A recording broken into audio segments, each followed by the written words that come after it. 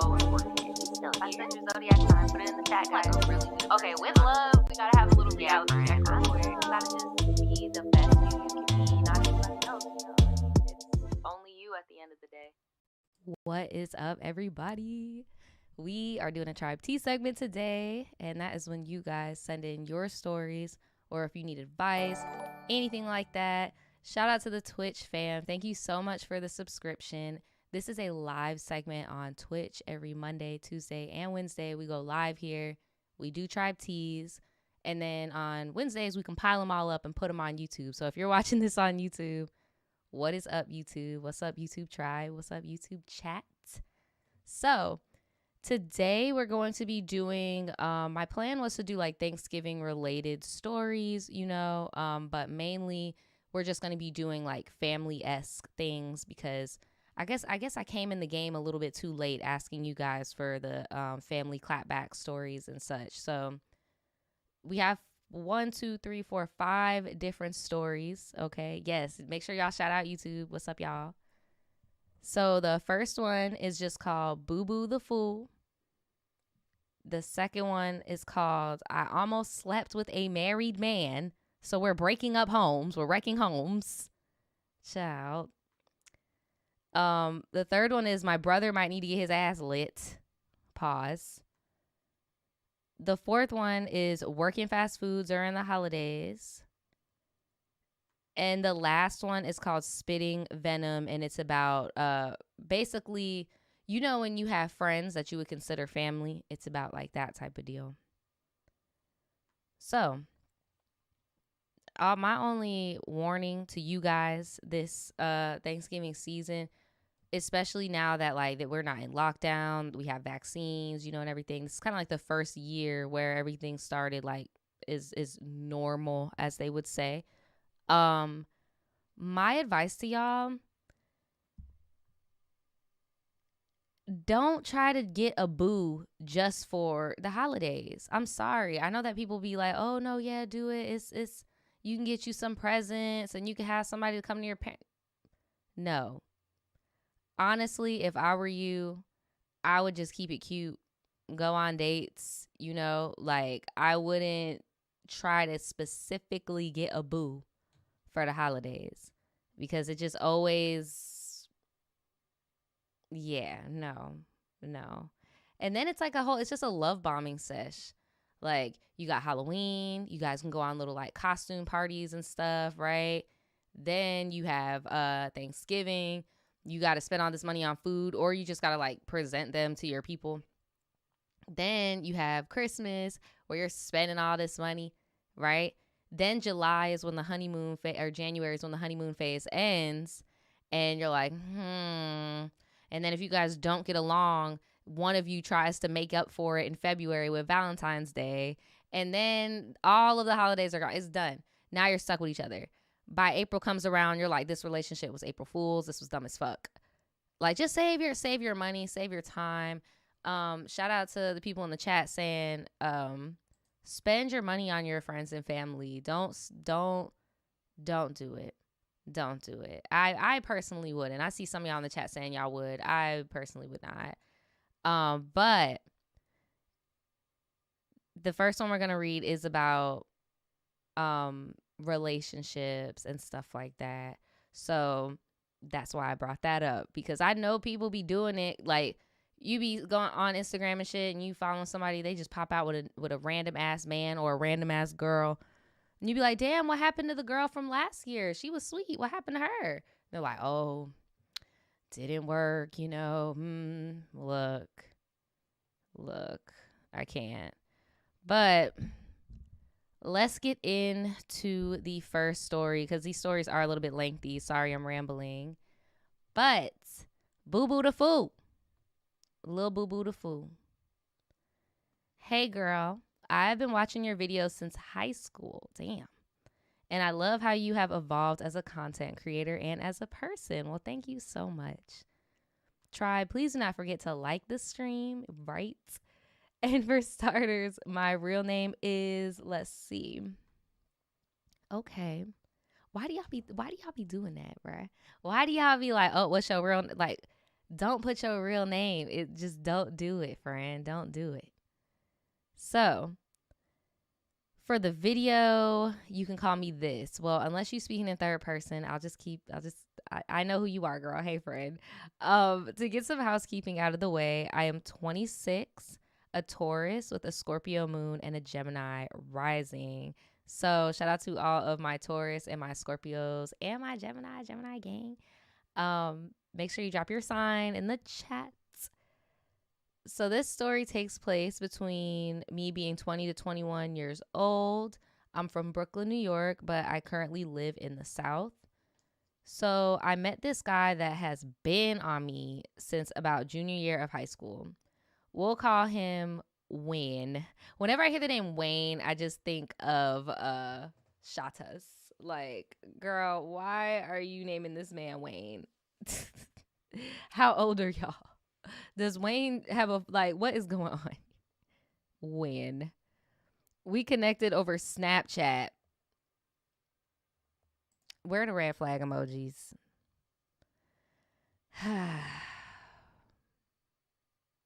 Y'all connected over Snapchat. I already know what you and the tribe are thinking, but I did meet him personally, briefly, about once or twice before the Snapchat interaction. Girl.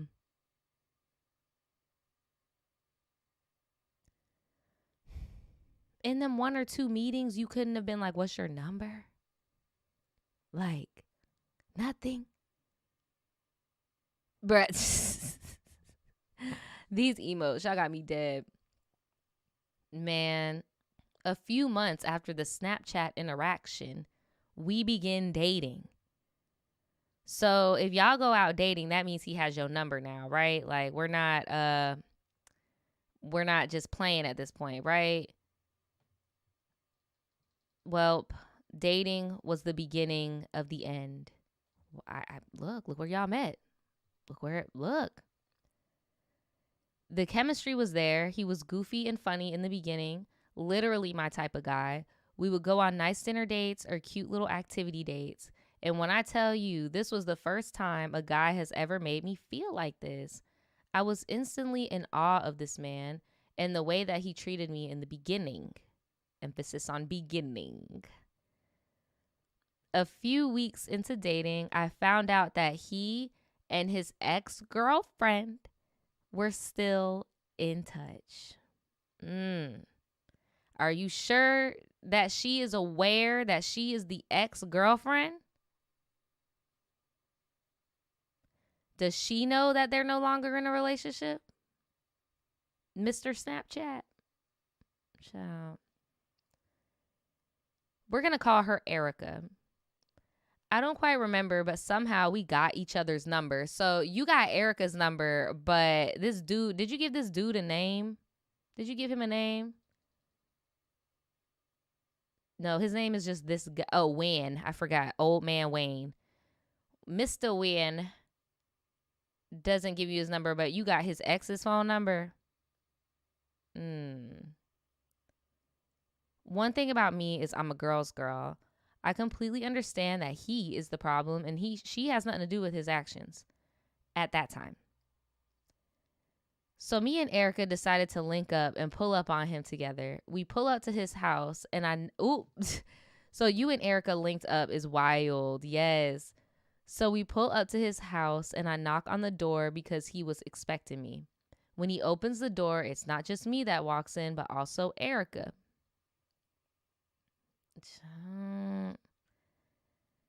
At this point, he is completely shocked, but he's trying to play it cool at the same time. You could tell he's just sweating bullets, though. He doesn't have much to say because he's caught off guard. At the end, of course, he tries to plead his case and tell Erica he wants nothing to do with her and that he's choosing me. Oh, my God, this is embarrassing. At my big age now, at 26, I know that younger me was definitely giving boo-boo the fool.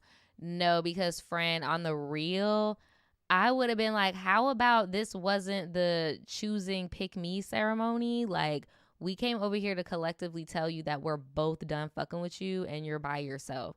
This was not the take your pick. Which one of us would you like? You want this one or you want that? No, that's not what this is. That's not what this is at all. It's not what this is at all. Like, you got the wrong, this different type of party. At least I hope.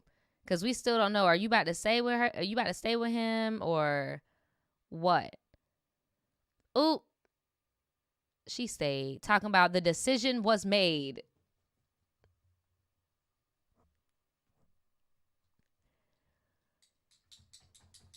Even Spodie was like, what?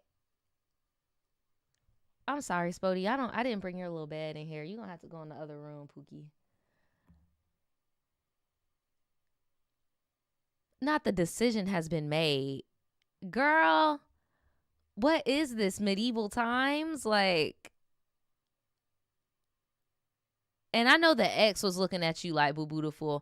I don't think he was looking at you like Boo Bootiful. I think the ex was looking at you like Boo Bootiful. Like, bitch, you literally made me get dressed, get out this damn house, go do this little goofy ass shit with you, and you still gonna be with him. Like, I don't think he was looking at you like Boo Bootiful.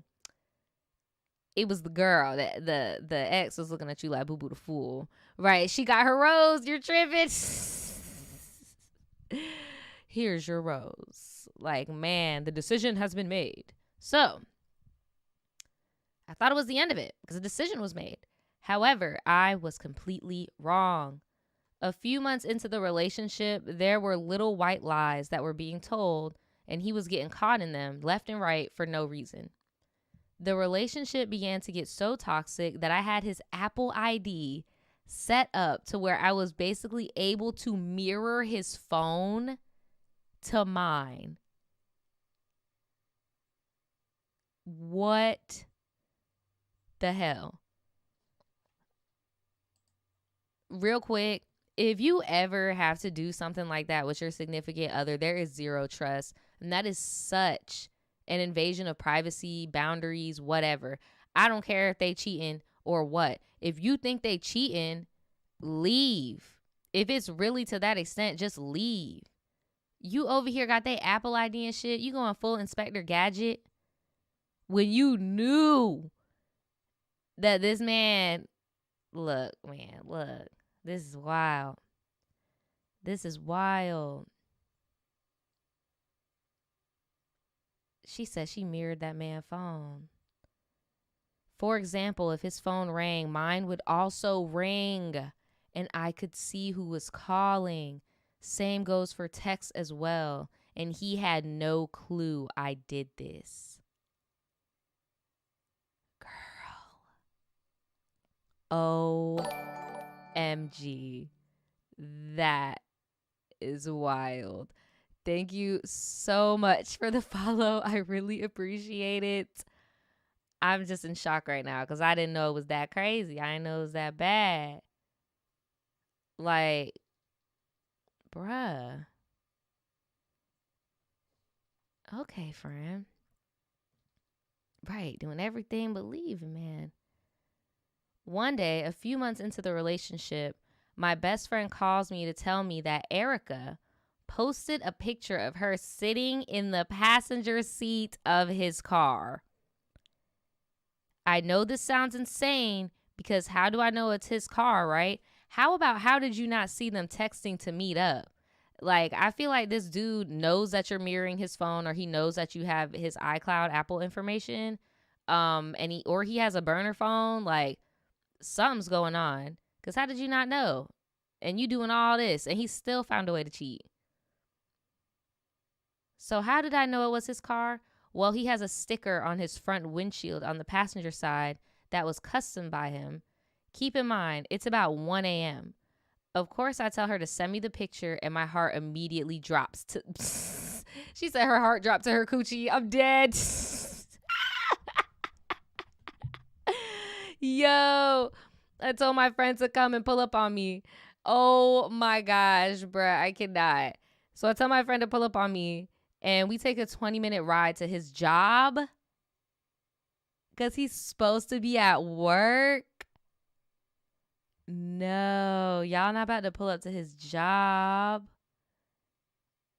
Oh my God. Y'all about to ruin this man's life. On the ride to his job, I'm calling him and trying to keep it cool, but he never picks up the phone. So me being boo-boo the fool, once again, I call Erica. Girl, at this point, Erica just confirmed that she is just as delulu as you. Why would you call her? This is literally giving Jaden, Krayshawn, and Blueface.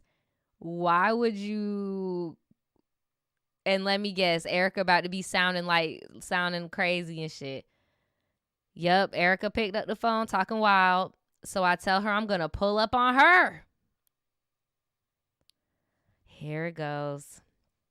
Erica proceeds to tell me, well, you know where I stay, so pull up.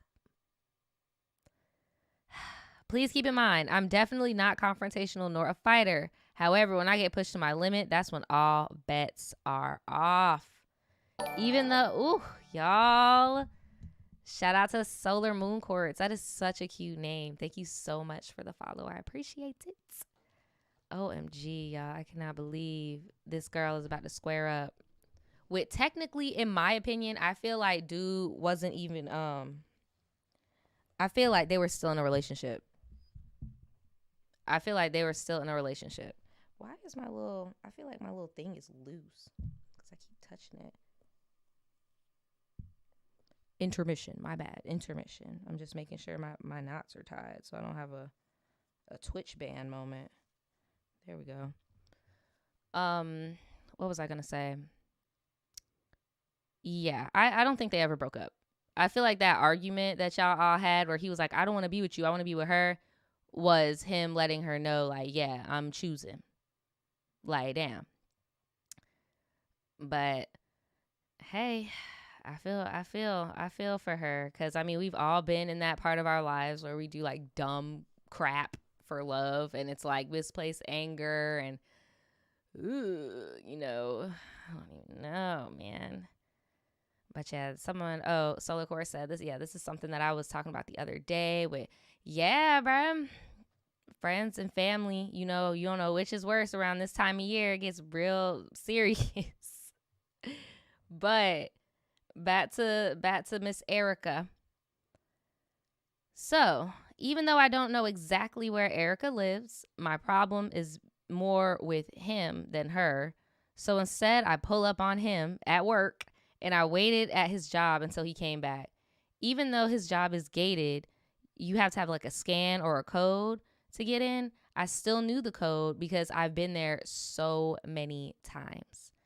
So I tell my best friend to park in the middle of the parking lot. Y'all are about to go to jail. Like, anybody watching this, don't do this shit. Like, I know it feels good. Like, this is the type of stuff you do when you're like a teenager. And even then, I'm really not trying to encourage minors to do no fuck shit. But it's like, as an adult, I know you see stuff in the movies and you're like, oh my God, yes, bitch. Slash his tires, spray paint his hubcap. Like, not spray paint his hubcaps, girl. You won't get in trouble for that. Spray paint his windshield, like throwing bricks through the window and shit. You know, like, I know it seems like a silly, goofy time, a fun idea or whatever, but that's your record. Like, you're throwing your whole life away over a boy, a man, whatever, a significant other, when it takes you from victim to perpetrator real quick, because you are the person getting cheated on. You, and I know the person telling this story probably already knows this by now. I'm just saying to anybody else watching, I know it's like euphoric, the adrenaline, you're going with a friend to go do something that you ain't supposed to be doing, like partner in crime bullshit, Bonnie and Clyde bullshit. But I would not jeopardize my freedom over no little dusty, cheating, philandering ass person. And I wouldn't advise y'all to do it either. Like, you want to slash somebody's tire? They're going to take you on a Judge Judy. Like, bruh, it's really not worth it. You fuck your whole life up. So, I told my best friend to park in the middle of the parking lot, closest to where he usually parks, because he doesn't know what her car looks like. Like, oh my gosh. He came out 15 to 20 minutes later, and he rolls through the gate with her driving her own car behind him, talking about the friend. I guess that she was scared that I was really going to pull up to her house.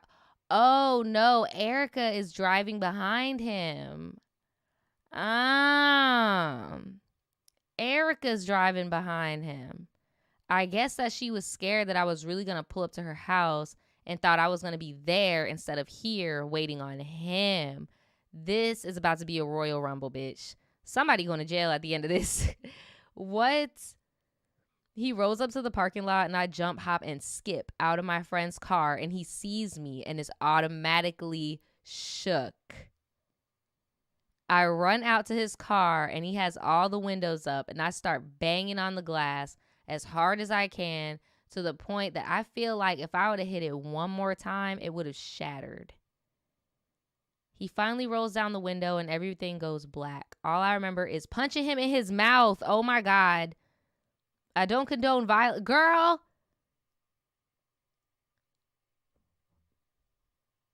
Once that happens, he gets out the car and here comes Erica getting out of her car, running up to me talking about, you better not hit him again.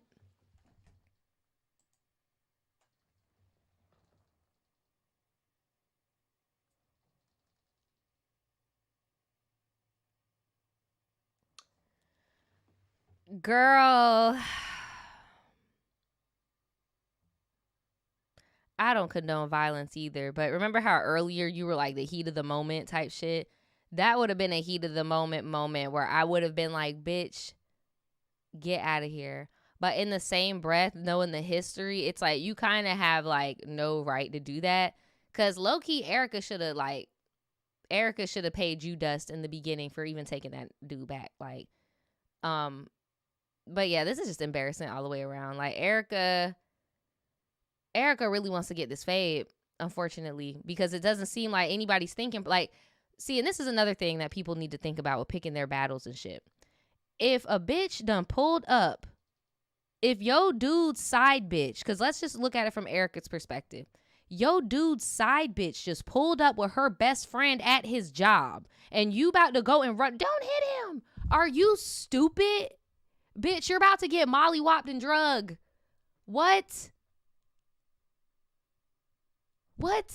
Like, even think of it from her perspective. Like, that's still dumb. Like, that's not a good, you did not really assess very well your situation. Like, girl, oh my gosh. Don't hit him. You better not hit him again. So I turned to Erica and said, so what's up? And Erica just kept running her mouth, popping wild shit. So I reached over and I punched her in her mouth too. Oh my God. And you know there's cameras at this job. Oh my gosh. And please keep in mind, before this toxic relationship and situation, I have never put my hands on anyone ever. This man got you acting out of character. He got you in rare form. Like, this is crazy. Fast forward a few months later and we're still together. My dog said, look, you done beat up my last bitch. I can't. I don't have it in me. This is wild. Is it not giving Krayshawn and Jaden, bruh? Because I know in Erica's mind, she is the main chick. When that man is for the streets. He's for everybody. Still with him. After all that. Wow. That's what I'm saying. He probably know that she's just going to beat up the next one. But it's like, little does he know that's not even her MO. He done got her out of character. Tell me, my heavens. You said, how old was she in this? She said she was like 20. Yeah, 20, 21 years old. And now she's around like 26. So this is a while ago, you know. But damn.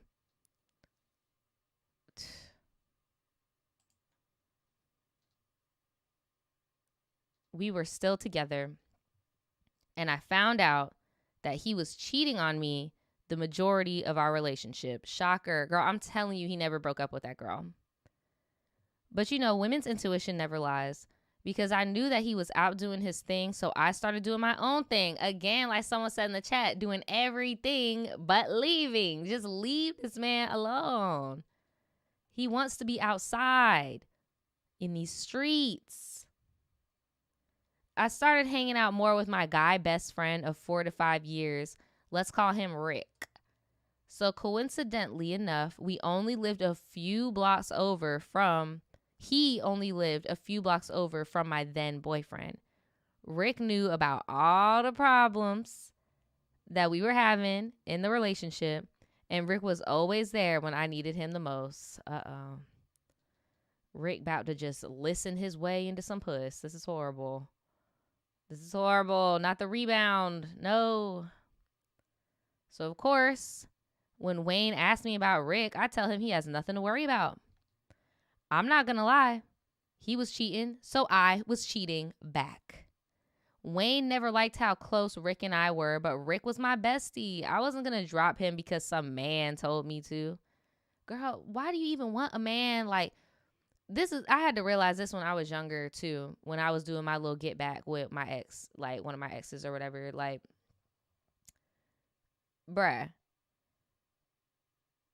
what is the point of being in a relationship with a man you don't respect? Because if you don't respect the man, then there really is no point to this shit. Because it's like, bruh, if I don't respect you, bruh, like, why are you here? Like, the average dude, let's just keep it about to a woman, the average guy, like, disgusts us. Like, so you're going to have to bring something, that whole bring to the table talk. Like, if you don't carry yourself a certain way, you don't respect yourself, you don't, like, I can't respect you type shit. You don't respect yourself to the point where you still out here fucking this bitch, that bitch. You can't even be real about where your dick is at. Like, bro, that's some little boy shit. I don't want to be with no little boy. How does that reflect on me being with the community D? And you get what I'm saying? So trust me, you get way more from just leaving the person than trying to get even with them, because then you realize real quick playing their game just how low they really are and like how grimy it really can get. You know, you really don't want to be doing no tick for tat with no man. Like, trust me, it's not worth it. So fast forward to current day. We're gonna, we gotta get up out of here. Are you gonna tell us how you broke up with Wayne? Like, can we get that? Because I'm looking, there's only like 2 paragraphs left. I need to know how you and Wayne broke up. Because fast forward to current day, I am an entrepreneur with a successful brand business. I know that's right. Rick and I are engaged. Ooh, Rick and I are engaged. And we are about to hit our 5-year anniversary. What? I told you he was going to get his way into some puss. I told you. I did have a closing conversation with Wayne. A closing conversation is wild. A closing conversation. I had a closing conversation with Wayne because I did love him. With love, I know you cared for him deeply, but you don't fuck around on somebody you love because you wouldn't want them to hurt in that way. You didn't love him, bruh. Like, even that same situation I said with my old ex and shit like that, like, looking back, yes, I cared for that person, but obviously I didn't love them if I was willing to go tick for tat with them. And then, I did it. That's the thing about women. Like, we don't just go tick for tat. Like, we go to hell. Like, we be doing shit with your homeboys and shit. Like, bruh, I'm just saying, bro, like, it's not worth it, bro. Like, you did not love that dude for real, because you don't do that to somebody. You don't do that to somebody you love. You did not love that man. You even, on some Jada Pinkett Smith shit, you said this is a closing conversation. You didn't even say y'all broke up. You said closing conversation. Oh my gosh. He has hurt me in many ways, but this story is just one of several I've been through with him. In this closing conversation, I told him how he's still so hurt till this day. Oh, he told me how he is still so hurt to this day over the situation. He told me he's sick that he fumbled me because I'm such a good woman.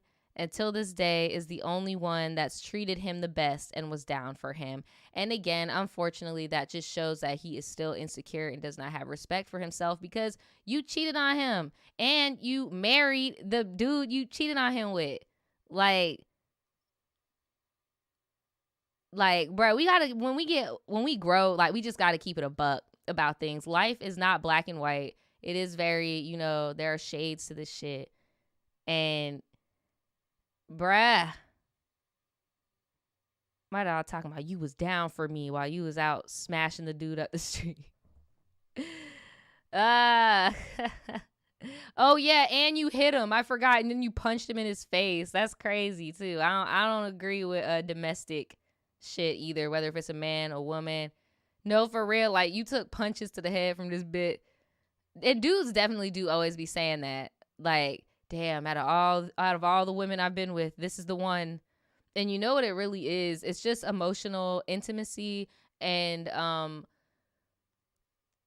let me know if any of you guys have been through this. I've been through this with, like, friendships and stuff. It's not just like relationships in that sense. It could be any type of relationships where what I think it is people get upset that they can no longer, like, steal little personality traits from you type shit. And they're like, damn, I used to go picnicking with Erica, but damn, every time I do that, I think of her because you had no fucking personality, like, type shit. That's what I think. He's on some, he likes the idea of what he thought was going on, But look, girl, yeah, I wouldn't even have gave him a closing conversation, period. And I don't think there's any need to talk to him. Oh, here's the kicker.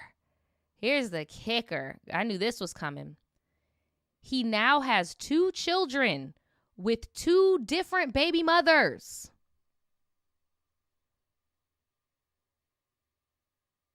Girl, just pray you weren't the third.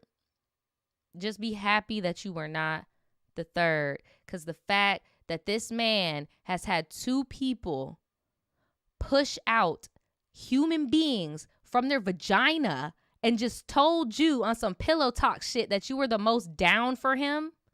2 women almost died for him.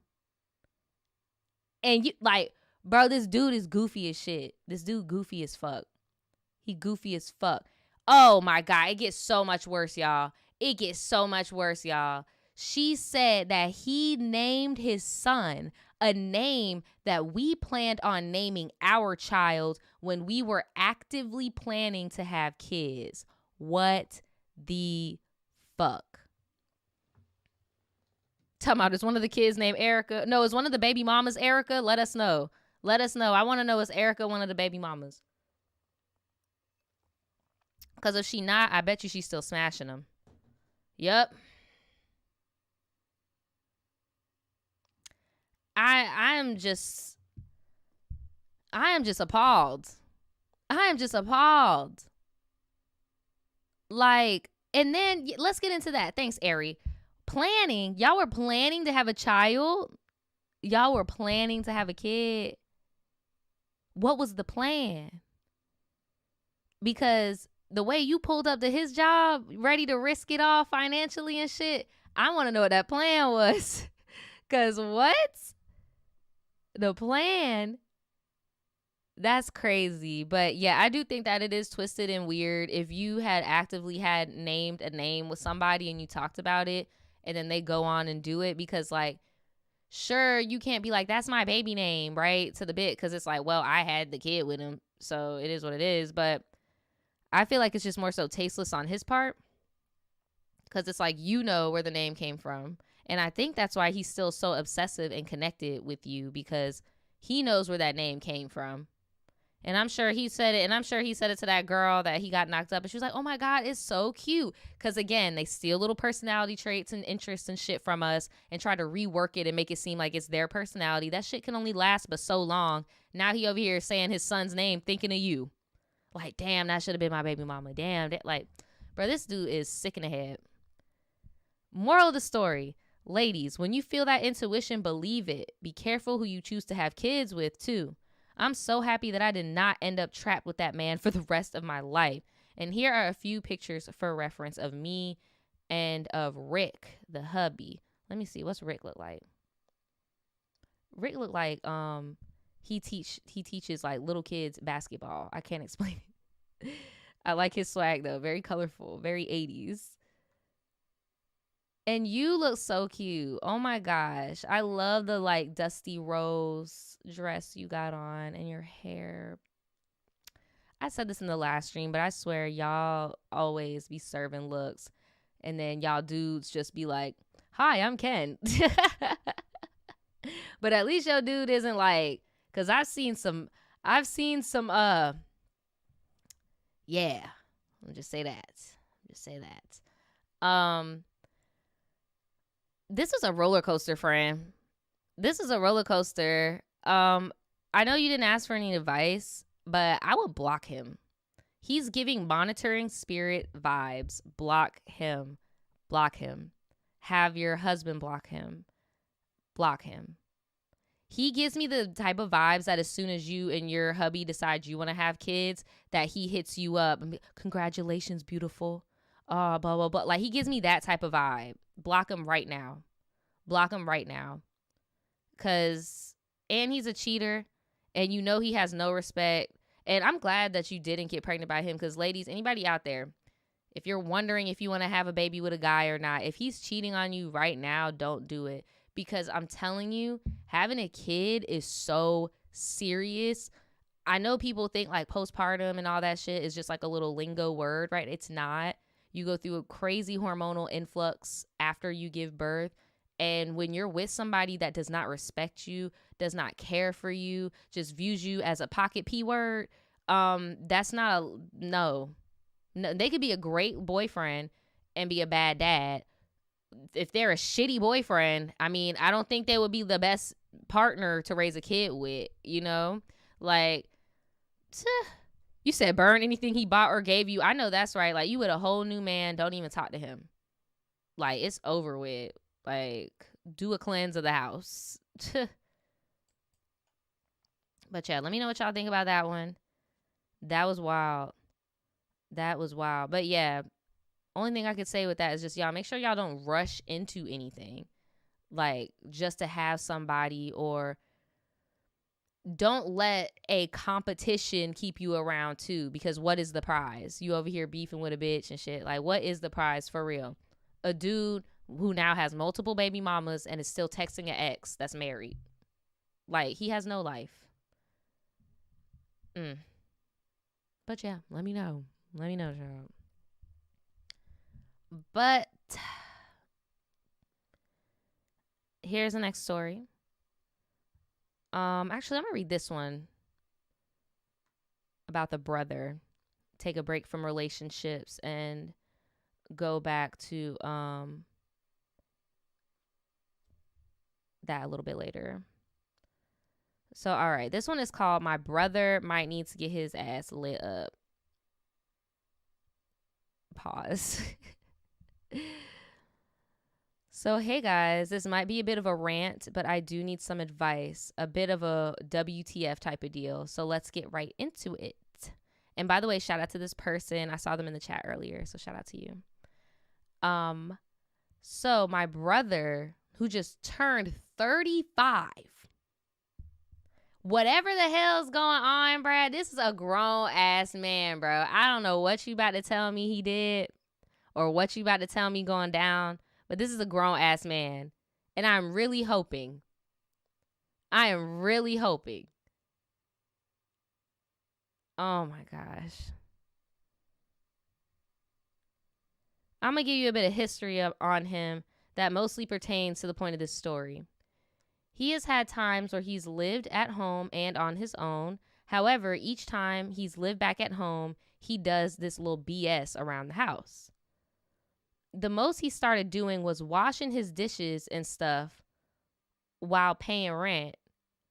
That was the most he did at one point. So basically, that's how he held his weight around the house. He'd wash dishes and pay his part of the rent. there were points where he paid rent but didn't clean a single thing. But at least he helped out, you know. But never have I ever seen my mother just from the get-go not pay rent at all, because at the end of the day, she's the one who sets the standards for him living there, and she let him stay there with no points to pay or help around the house. She can complain all she wants, but she did this to herself. So to paraphrase, y'all need to stop using this text-to-speech stuff, child, because I know it sounds good when you're talking, but look, to paraphrase, what I'm getting is you have a grown-ass brother who, in the beginning, he did pull his weight, but now he's gotten comfortable with living in the home, and your mom's not really putting her foot down, and it's happened for so long, her not putting her foot down, and now she's at a point where she's complaining, but it's like you kind of made a monster. You know, you kind of made a monster at this point. So, boom. So I'm telling her, don't cry and complain when you don't force your rules on him the way you do on your daughters. T. She gave him too much leeway, and now she's mad about it, but won't do anything pertaining to it. So there's a significant amount of background of why I'm so upset about what went on. So now we have a cat, and her name is Chloe. I'm not the only one who puts the cat down into the basement. Why the cat gotta go to the basement? Sometimes we don't want the claws dug into our legs, so we put... Well, maybe she's scared because y'all put her in the basement. Maybe that's why she's clawing at y'all legs. So Chloe will run up and down, twisting around your legs. Oh, I had a cat that used to do that. Yeah, I know what you're talking about. You will not see her if she sneaks up on you, and you will accidentally step onto her, and then she wants to start crying and stuff. So for me personally, I got to push her out the way and, you know, put her in the basement sometime. Girl, that cat probably an outside cat. That cat's probably an outside cat. But when we have somebody over, we put her in the basement, or else nothing will get done or take longer to do. Now, sometimes she's upstairs, so she stays out the way. So it just pretty much depends whether we want to put her in the basement or upstairs. Okay, I'm about to say, because I'm just imagining the little baby just in the dark. Like, and I know they can see in the dark, but I'm like, damn.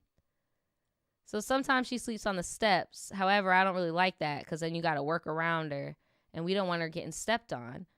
So I'm downstairs today doing artwork, and I had to put her downstairs because she'll do her little routine. So I get all my stuff, not thinking anything of it. I put her down into the basement so I could work. Now, I admit I forgot to go back down from upstairs when I was done to let her out. However, tonight when my brother came back, he kind of pretty much jumped into telling me, as if he was my freaking father, that I left the cat in the basement and I need to stop putting her down there. Okay, friend. With love, friend. I gotta say it. With love. It sounds like you got caught slipping. It sounds like you got caught slipping. Like, this is one of those am I the a-hole moments where it's like, yeah, I was dead ass wrong, but you ain't have to talk to me like that, you know? Like, it's kind of like, I don't know. What do y'all think? I don't think it's like the end of the world per se. You know, I don't think it's the freaking end of the world. I don't think he needs to be yelling at you like he's your daddy. But I do think it's one of them moments where it's like, yeah, I was dead ass wrong, but like, you really don't need to talk to me like that. For real. Like, I could not. Here, let me see if can I put a little can I put a little poll in here? Y'all could let me know what you think. Cause I'm like, bro, for real? Okay. But yeah, let me know, y'all. Do y'all think that she was wilding, or do you think that he was wilding? I saw somebody else say, it's the messenger. Yeah, you talking about, do he even pay rent? Like, it's the messenger, I think, is why it's like, okay, this is kind of irritating. Because, yeah, that's what she says. Now, the reason this makes me mad is because he don't do shit around the house, nor does he pay rent. He doesn't clean, and I clean up after his messes in the kitchen, in the living room, the bathroom. He doesn't even feed that cat, nor does he clean the litter box, which is in the basement where he stays at. Okay, so the plot thickens. He lives in the basement. Okay, the plot thickens. He used to pay rent for the basement. He no longer pays rent for the basement. He's living in the basement. And again, I get it, wrong messenger. I could see how it'd be frustrating, but I can't help it. I got to put myself in other people's shoes as well. And I can see from his perspective where it's like, damn, this is my space. And you just throwing this crazy ass cat down here all the time. And then you forget the bitch. Like, come on now, get the cat. But in the same breath, it's like, exactly, get your basement dwelling ass, pick up the cat, bring it up. Like, bruh, you could easily got the cat out of there. Talking about you don't pay for the cat. Call that man a damn basement dweller. Like, not Ma's basement. No, for real. He's in Ma's basement. So, I'll catch him playing the game, and they'll just be cat shit. Oh my God. Not he 35 playing the game. You need to be doing something else, bro. Not saying you can't be 35 and have a hobby of video games. I'm just saying, let's look at the grand picture. You living in your mom's house in the basement with cat shit everywhere, and you're playing the game. Like, like, come on, bruh. Damn, he don't pay the vet bills. He don't buy the cat food, nothing. However, he can tell mama or her boyfriend, and he will get cussed the fuck out. And I just had to realize this before writing it. Oh, basically, he can't complain to her mom or her boyfriend because he'll get cussed out because he doesn't really pull his weight. He was probably annoyed at the time but couldn't say nothing, so just thought he could come to me and assert his authority over me. Like he's my freaking parent. No, because for real, let's keep it a buck on this way too. Again, looking at other people's shoes, let's look from your parents' perspective. You're not running the house. You can't be like, look, this is where you stay and my cat's gonna be in here. Your parents are setting the routine. Like when we have company, the cat is upstairs or the cat's in the basement. Who lives in the basement? Your brother. So really it is misplaced anger. Like if you want to be mad, go and tell your mom and dad, I don't want that cat in the basement anymore. And you know what they probably would say? You need to start paying rent for the basement again. And then we'll talk about it. I don't think, so this, okay, hold on, let me backtrack. For all he knows, he would have to find somewhere else to go if he confronted my parents with this. And that burns me up. Like, sir, this cat is not abused and sad all the time. She takes naps and creates her own entertainment. She does bullcrap during the night and day, and she's constantly all over us. That's why she has to go downstairs. I don't think he truly gives a crap, and it's clearly, oh, you don't think the cat cares about the situation. Well, duh, it's him. Now, when I go downstairs, we feed her, and I give her another meal, so you be in the basement too. Now, see, if I clean the fuck up after your grown 35-year-old behind that had to come back because you broke up with your girlfriend, ooh, girl, not you over here telling his tea.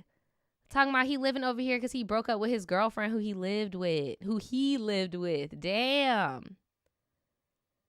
And she said, if you have any advice, I'll be glad to hear him. With what? Just like your annoyance with him? Like, what should you do?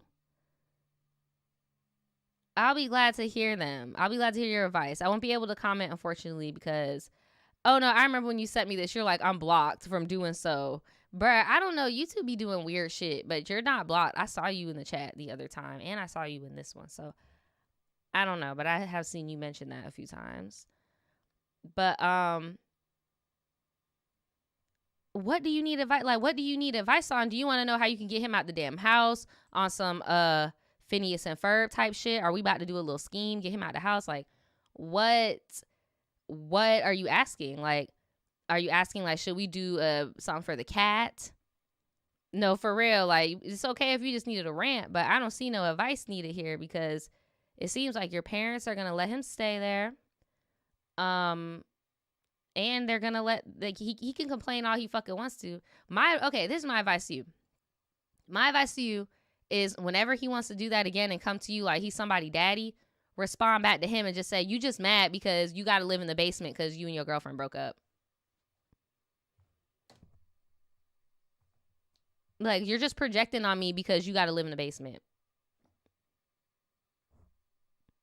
That's all you gotta do. That is all you have to do.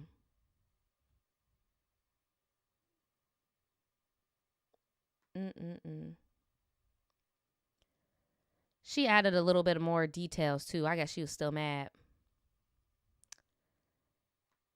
She says, there's also some favoritism going on with my mother. She seems to treat her daughters one way and her sons another. Her son is simply able to get away with not paying rent, while, for example, when my sister had her child and was working and going to school, she was charged almost $900 every month. Wow. And she has a child. I was about to say, are you Caribbean by chance? Because damn, that's crazy. This 35-year-old man get a whole basement, internet, TV. Talking about he playing the game. You got a TV, gaming console. What? Man, look. I saw how bitter my mom acted towards my sister and saw what she went through and still goes through. And she be going through stuff with money, and she does it to me as well. My sister can't even get her to be a grandmother and just spend some quality time with her own grandchild, her first and only grandchild, by herself. There always has to be some lies she makes up, or my sister always has to do the majority of anything that involves my niece so that she doesn't have anything to do with it. What I think is going on with this is that your mother has infantilized your 35-year-old brother for so long that is her baby, and that will always be her baby, and she's having a hard time putting two and two together. Like, well, if the oldest is still a baby, but then my daughter is having babies, those two things don't match, right? Those two things don't match. So I think she's literally having like a psych moment, bro. Like, I don't know. What do y'all think? Because that don't make no sense how in one breath you can let a grown-ass man mooch off of you to that extent, but you have a whole daughter with a child. Let's just, fuck gender for a second. Let's just do order of importance by who needs to be protected. That child needs to be protected. That child needs their grandparents, uncles, aunts, all that, right? Why punish your daughter by alienating that baby? Like, you're tweaking. And then it doesn't seem like your son has any prospects lined up, right? He just got sent home by a bitch, returned to sender by a bitch. It don't seem like there are women lined up. When my mom is confronted with this, she talks about the once in a blue moon shit that she's done for the girls, if she even bothered to do it at all. With me, a good example is when I typed up my thoughts, because at some point I needed some answers and for her to know my feelings, and I needed to know what her stance was regarding this mother-daughter relationship. And let's just say I was gaslit the fuck out of. And before I even started talking, she just treated me like the whole thing was a joke by commenting, "Wow, this is so intelligent," in the most snarky manner, because what the fuck? Girl, it's called emotional intelligence, okay? You have emotional intelligence. Your mother does not.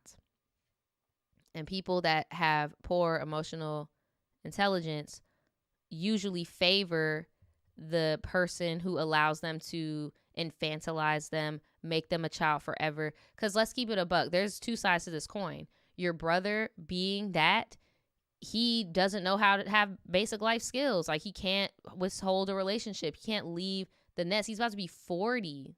I know, like, that's intense. Like, yeah, the economy's bad right now, but like the most you'll see is 35-year-olds having roommates, you know, like you don't see a 40-year-old going back with their elderly parents. You know, that's a lot. Talking about, wow, this is so intelligent. But with emotionally immature parents and stuff, y'all know I always promote that book because it helped me so much in my early 20s and stuff. Like, you have to adjust your expectations in my Gabby Hanna voice. You have to. If you know that this person never talks about emotions, let's not try to pull that out of them. Like, it literally terrifies them being real. It terrifies them. So it's like, bruh, you just got to move accordingly or else you will get hurt. For real.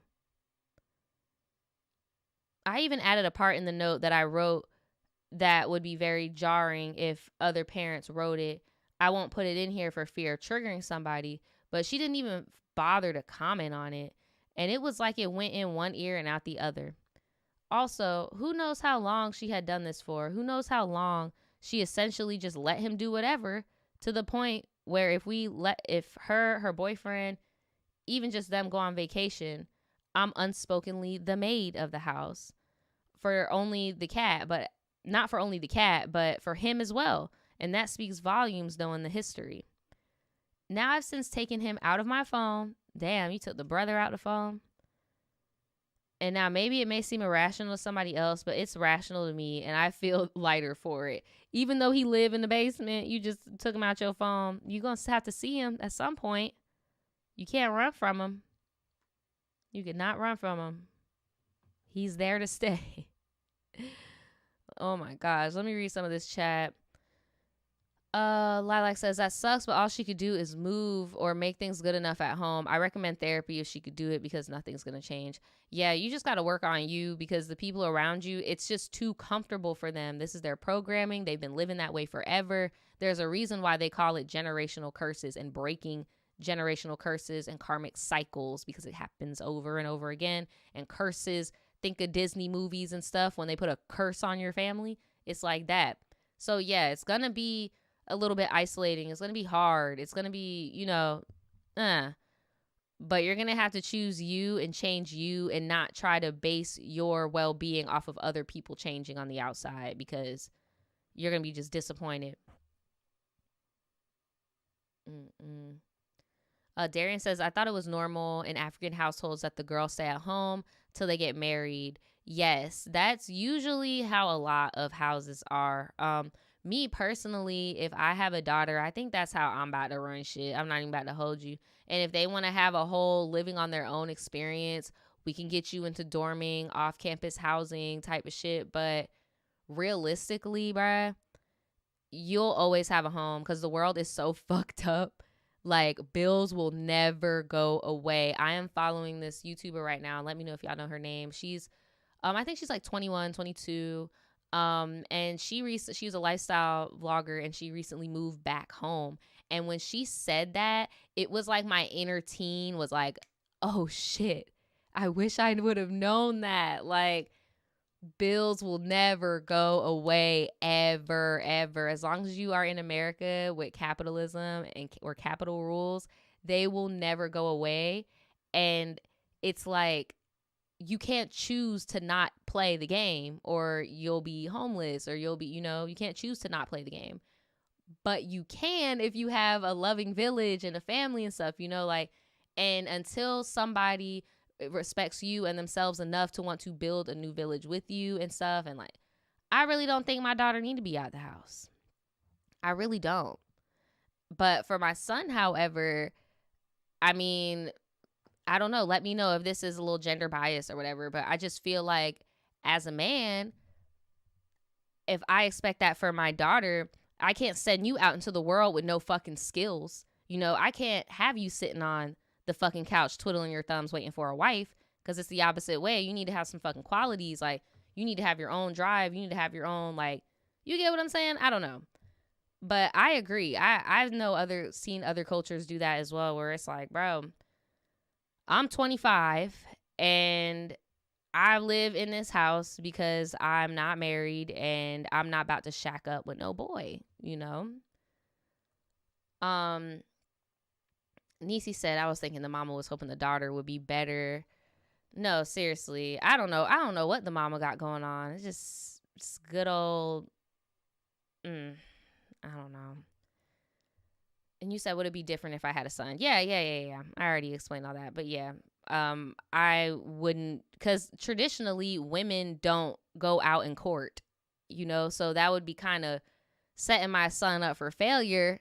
If he is interested in women, you know, I wouldn't want to just be like, hey, bruh, like, you see how your dad treats your mom? Yeah. You need to get a girl that deserves that, right? So it says, speaking from experience, I finally broke free from the traumatic family with your son. Congrats. No looking back. Change the number. I know that's right, because, bruh, once you start your own tribe, your own village, your own family, fuck all of that toxic programming. Like, you can make the change. You decide what's the new normal. What are the new traditions? Like, yeah, fuck that. I don't blame you. Because sometimes having certain people around kids causes more harm, you know? But yeah, thank you for sending in that story. That was pretty well-rounded. Let me know what y'all think. I saw somebody say that she should just move out. We all know how hard that is these days. But yeah, let her know what y'all think she should do. I personally think that all she could do is just teach herself or learn tools to react better. You know, it seems to me like you got it pretty down pat, because I know you got a little temper on you. I know it took everything in you to not call this man dusty, bald, and broke, you know, like, but people who are emotionally immature, they focus more on reactions than the actual cause. So if you're over here, rah, rah, rah, rah, you know, now you're the bad guy. Easy victim to perpetrator flip, you know. So I think you're handling it very well. I do too. But they're not going to change. They're still going to be annoying. They're still going to be doing their same shit. All right. So let me move on to this next one. The Thanksgiving home wrecker story. I almost slept with a married man is wild. How do you almost sleep with him? You ain't see his ring. He ain't had no tan on his ring. Girl. This one's kind of short too. So, hey girl, this situation happened last week. Oh, friend, no, what are you doing? This might be a long one since the details are fresh. So, a quick backstory. I started my first job in April at the dollar store in front of my apartment complex. I go to work looking very nice every single day, and I attract a lot of men. September 2nd, a regular comes in and I ring him up. He leaves, but he ends up coming back in and asking for my number. We love a good old-fashioned gentleman, okay? We love a good old-fashioned gentleman. He came back and was like, I need your number, not your Snapchat. I need your number. He said, I need your number, and he's actually very attractive and tall. He's dark-skinned, got a thick beard, and he's built, dressed nice, to the nines. He has a nice truck, and I could tell he got money. Child. Look.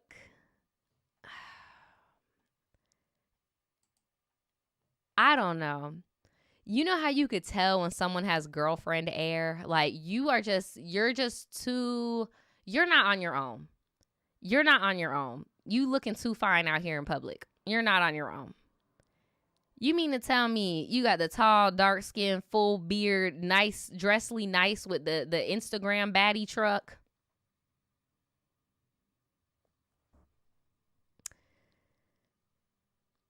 Bruh, no. Alone, girl, he's a slut. I'm sorry. Way too put together to be single. Like, you could tell when a dude isn't with nobody because they don't be put together for real. Like, not saying that men don't be looking nice on their own or nothing, but there's a reason why people be like, women usually like married men because they're with somebody. It's not because they're with somebody. It's because somebody is actually dressing them and taking care of them. It's so sad, bruh. And then they end up usually looking like their partner, regardless of gender. They just end up looking like their partner. So yeah, I can usually tell when a guy is with a girl, regardless of if the girl is stylish or not. I could just always tell. I could always tell. When he asked for my number, I asked him how old he was. He's 31 and I am 20.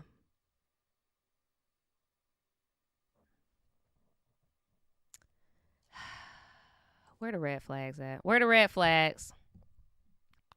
Where the red flags at? Where the red flags at?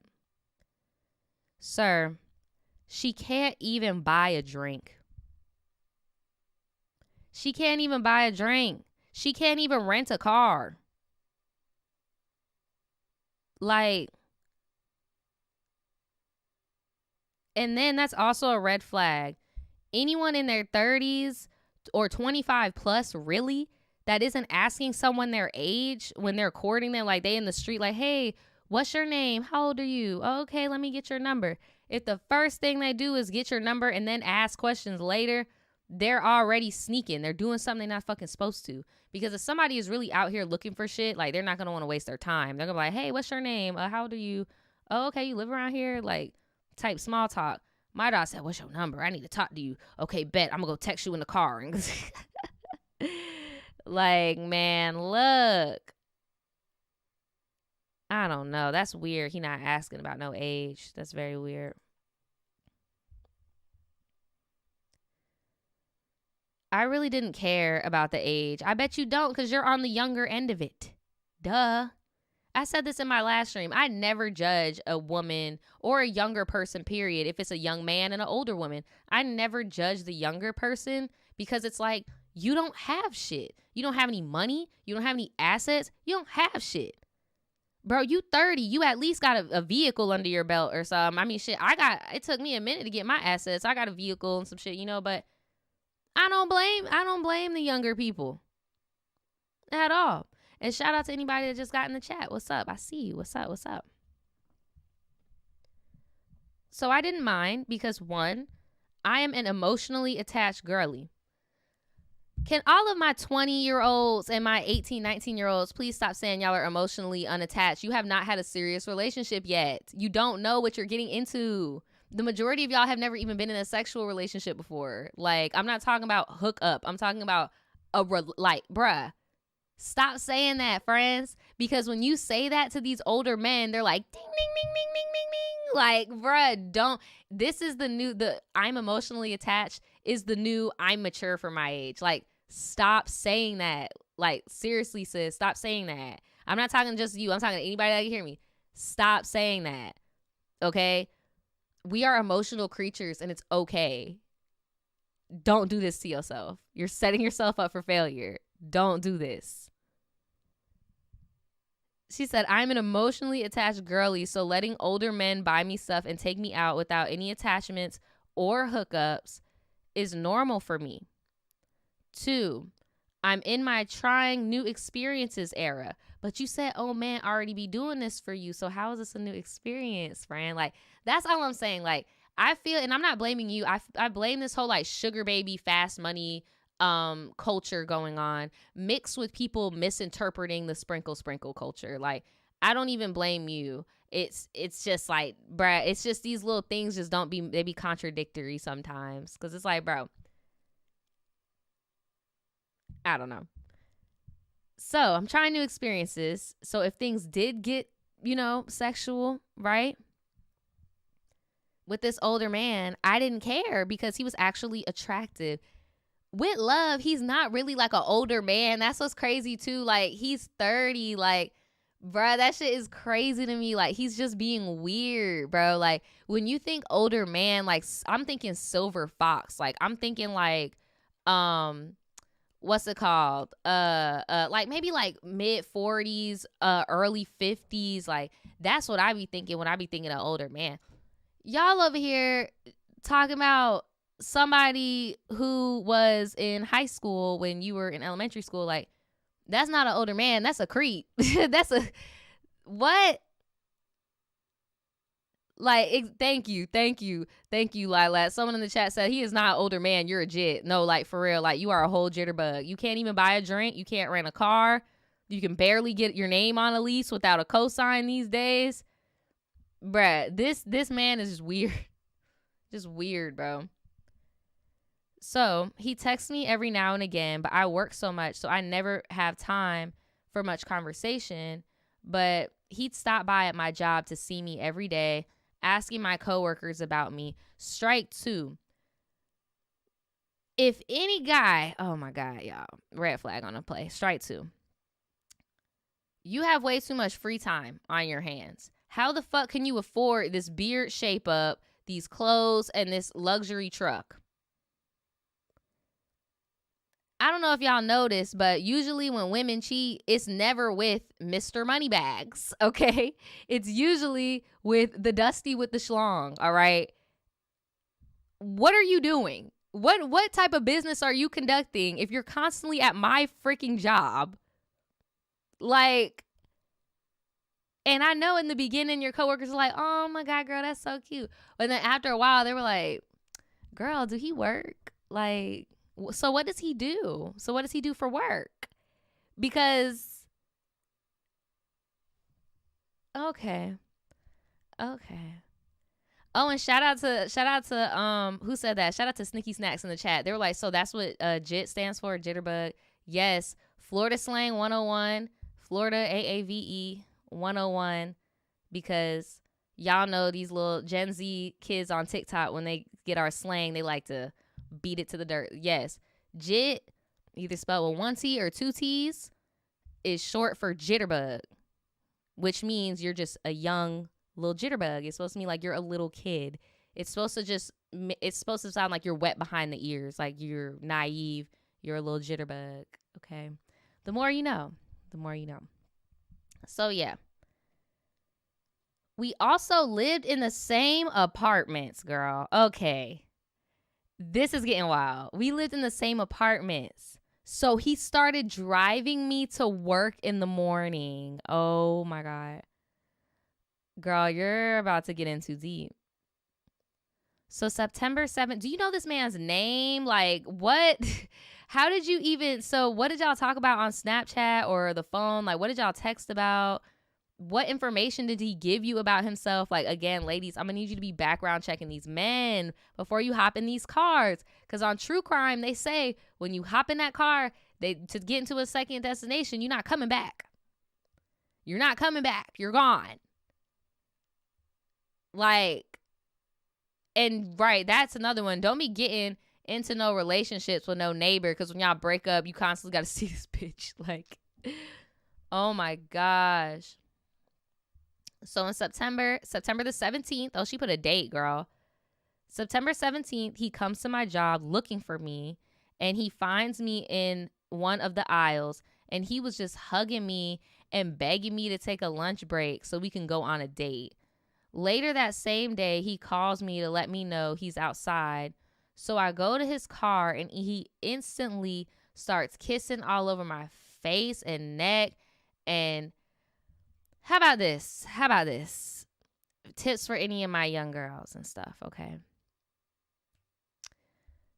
And this is for anybody, any of my Twitch, because this is on Twitch right now. If y'all watch these streamers, I'm about to say, y'all familiar with the No Jumper podcast? You're familiar with Masika and Sharp. There was this interview, and Sharp was, just follow me.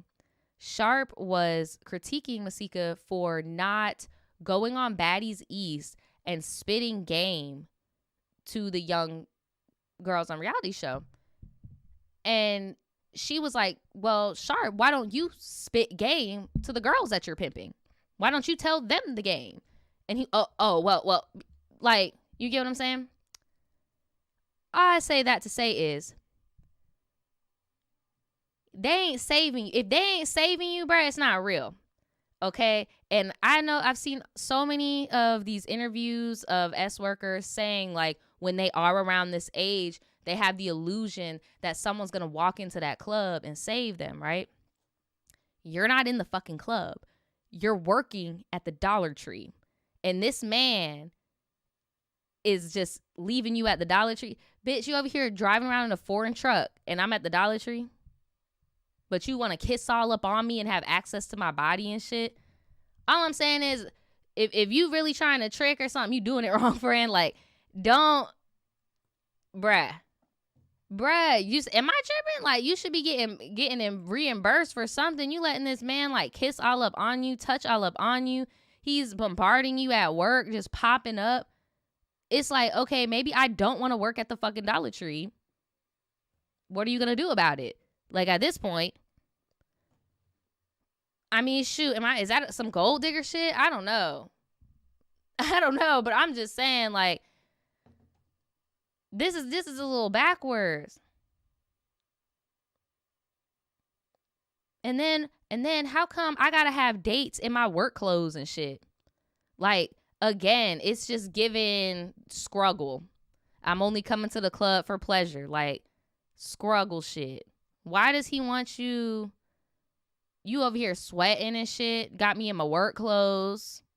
We could never plan. We could never go anywhere I want to go. Like, I don't know. Y'all call me a gold digger, but that's what I'm saying. This feels like trickery to me. Like, something's wrong. So this man over here kissing all up on me and stuff, but we didn't do anything because I was on my cycle. And it definitely got intense because I was with him for a good 30 minutes. I'm about to say.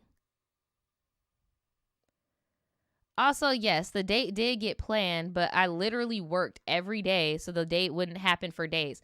And this is my thing, ladies. I'm not saying you should not have your own bag because that is imperative. You do not want to be financially dependent on somebody to like 100% to where it's survival. That's why I said earlier, like letting your daughter stay in the house type shit, because it's way different for us as women finding certain work where we could sustain by ourselves in this patriarchal bullshit than it is for men, right? So, Miss Mama, you over here slaving and shit. I'm sorry. I'm not going on a date with no dude with a range or none of that shit, and I'm slaving at the Dollar Tree. Like, we have to make the dividends meet. And I'm not saying, again, have your own money. Don't get me wrong.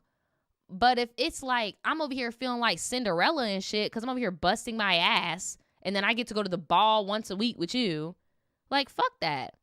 And then what does he say? I'm really interested on the dates. Like, what do he be talking about when it comes to that?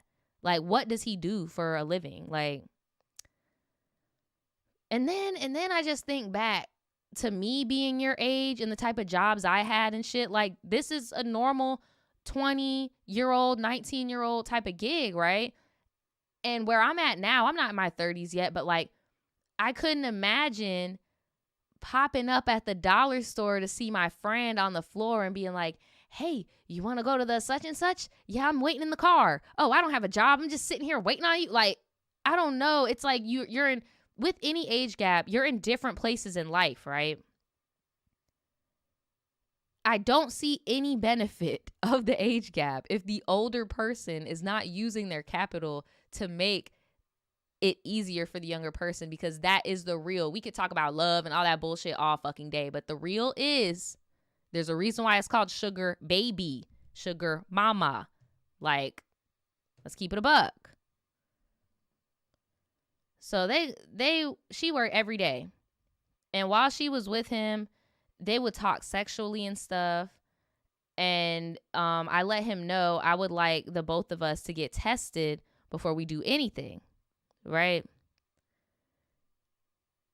He says he's going to wine and dine me before we smash. And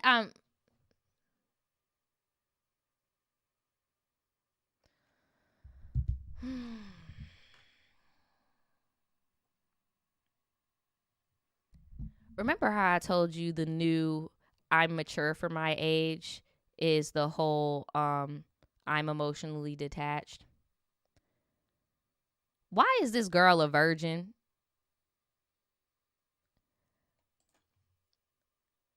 Why is this girl a virgin?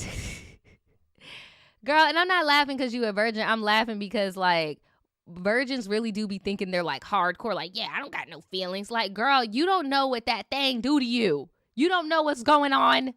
You don't know what's going on. You do not know what is going on. And now it makes sense how he was able to cross those boundaries. And I said this in another stream, when men just like jump on you and start kissing on you and shit, they're testing the boundaries to see, are you seasoned enough to know, hey, bro, I don't kiss on the first date. I don't do, you get what I'm saying? It's all starting to come together now. It's all starting to come together now. Now it's all starting to make sense. Wow. Wow. Okay. Y'all so funny talking about that thing be thangin', man. You need to be careful. You saw the last girl, she drove up to that man's job and punched him in the face and the main chick in the face. It's crazy out here. And then the majority of the time, the person that the thing is attached to is like horrible. Like, and there's a reason why they say men have two heads. Women, we do not, okay? That whole, I'm not emotionally attached. Girl, I'm telling you, we will end up thinking that's something, a one night stand type shit, and end up thinking about it for a long time and go find the dude and fuck with him again. And now we're all messed up in the head and shit. Like, bro, I'm telling you, the new I'm mature for my age is the I'm emotionally detached. Like, damn, friend. Go let this, and then like, you're creepy as fuck, dude. You're 31 years old over here lurking after a virgin. Like, you're weird as shit. Like, I just want to chop him in the throat. Just weirdo. Weird. So, I asked him if he is married. Ladies, this is level 1 conversation. We should not be talking about marriage after the man's already driving you to work and shit. This is what we should be talking about in the beginning. He told me no. I also asked about the kids, and he said that he had a daughter and a son, and he adopted his nephew.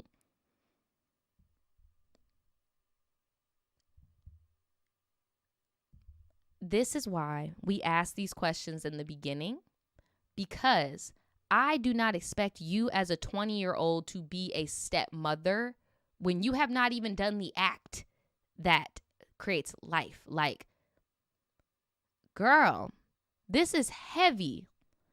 This man knows that he has no intentions of being serious with you because he knows a 20-year-old cannot raise 3 kids with him. He is living a very grown-ass lifestyle, and he's using you as playtime to go pretend to be, right, and adopted, sure, yeah, okay. He just trying to make it seem better like he don't got 3 kids at 31. Let's keep it a buck. We know what you're doing.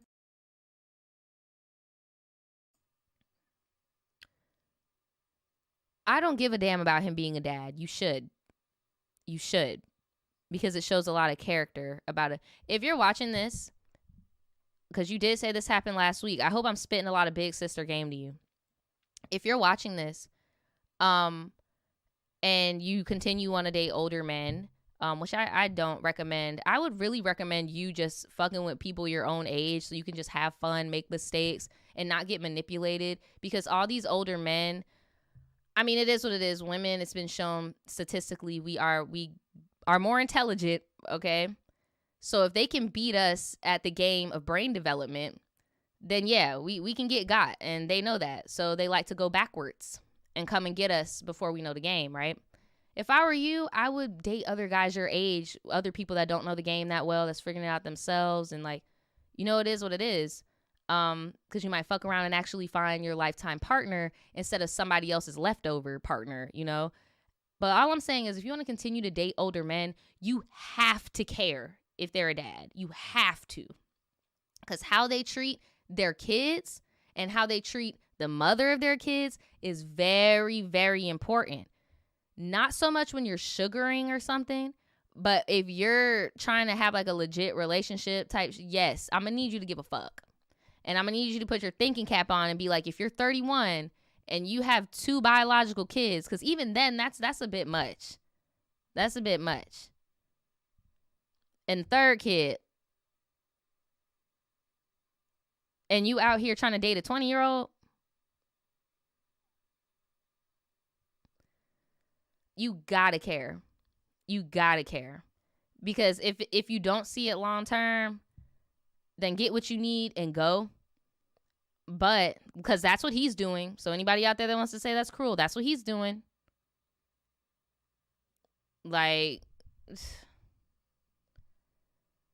I also asked about his kids, and he said he had a daughter, a son, and he took in his nephew. I don't care about him being a dad. I just wanted to have a fun fling. I wasn't looking to be with this man or meet his kids. I was just checking my red flag boxes. Him lying about all of this was so pointless. It wasn't pointless because I guarantee you, if you told him all this stuff in the beginning, you would not be down. I guarantee you. There's a reason why they tell the truth selectively. Guarantee you, you would have turned him down if he was honest in the beginning. And they know that. Because by him being honest with you would be respecting your boundaries. He don't respect boundaries. What else? You said you just wanted to have a fun fling. What have you gotten from this relationship other than food? Like, we got to keep it a buck. Like, we got to keep it a buck out here, man. This dude ain't it. So September the 18th, the next day. Damn, this all happened in a day. He came to see me as usual at work. We even talked and even made lunch plans for the next day. As he and I were talking at the exit, my manager, a gay man, says,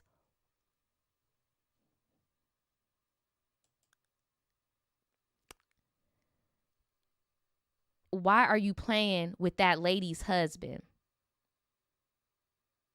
And I turn around like a deer in headlights because whose husband? He tells me he's married to a lady named, let's call her Mariah, who worked with us at the dollar store.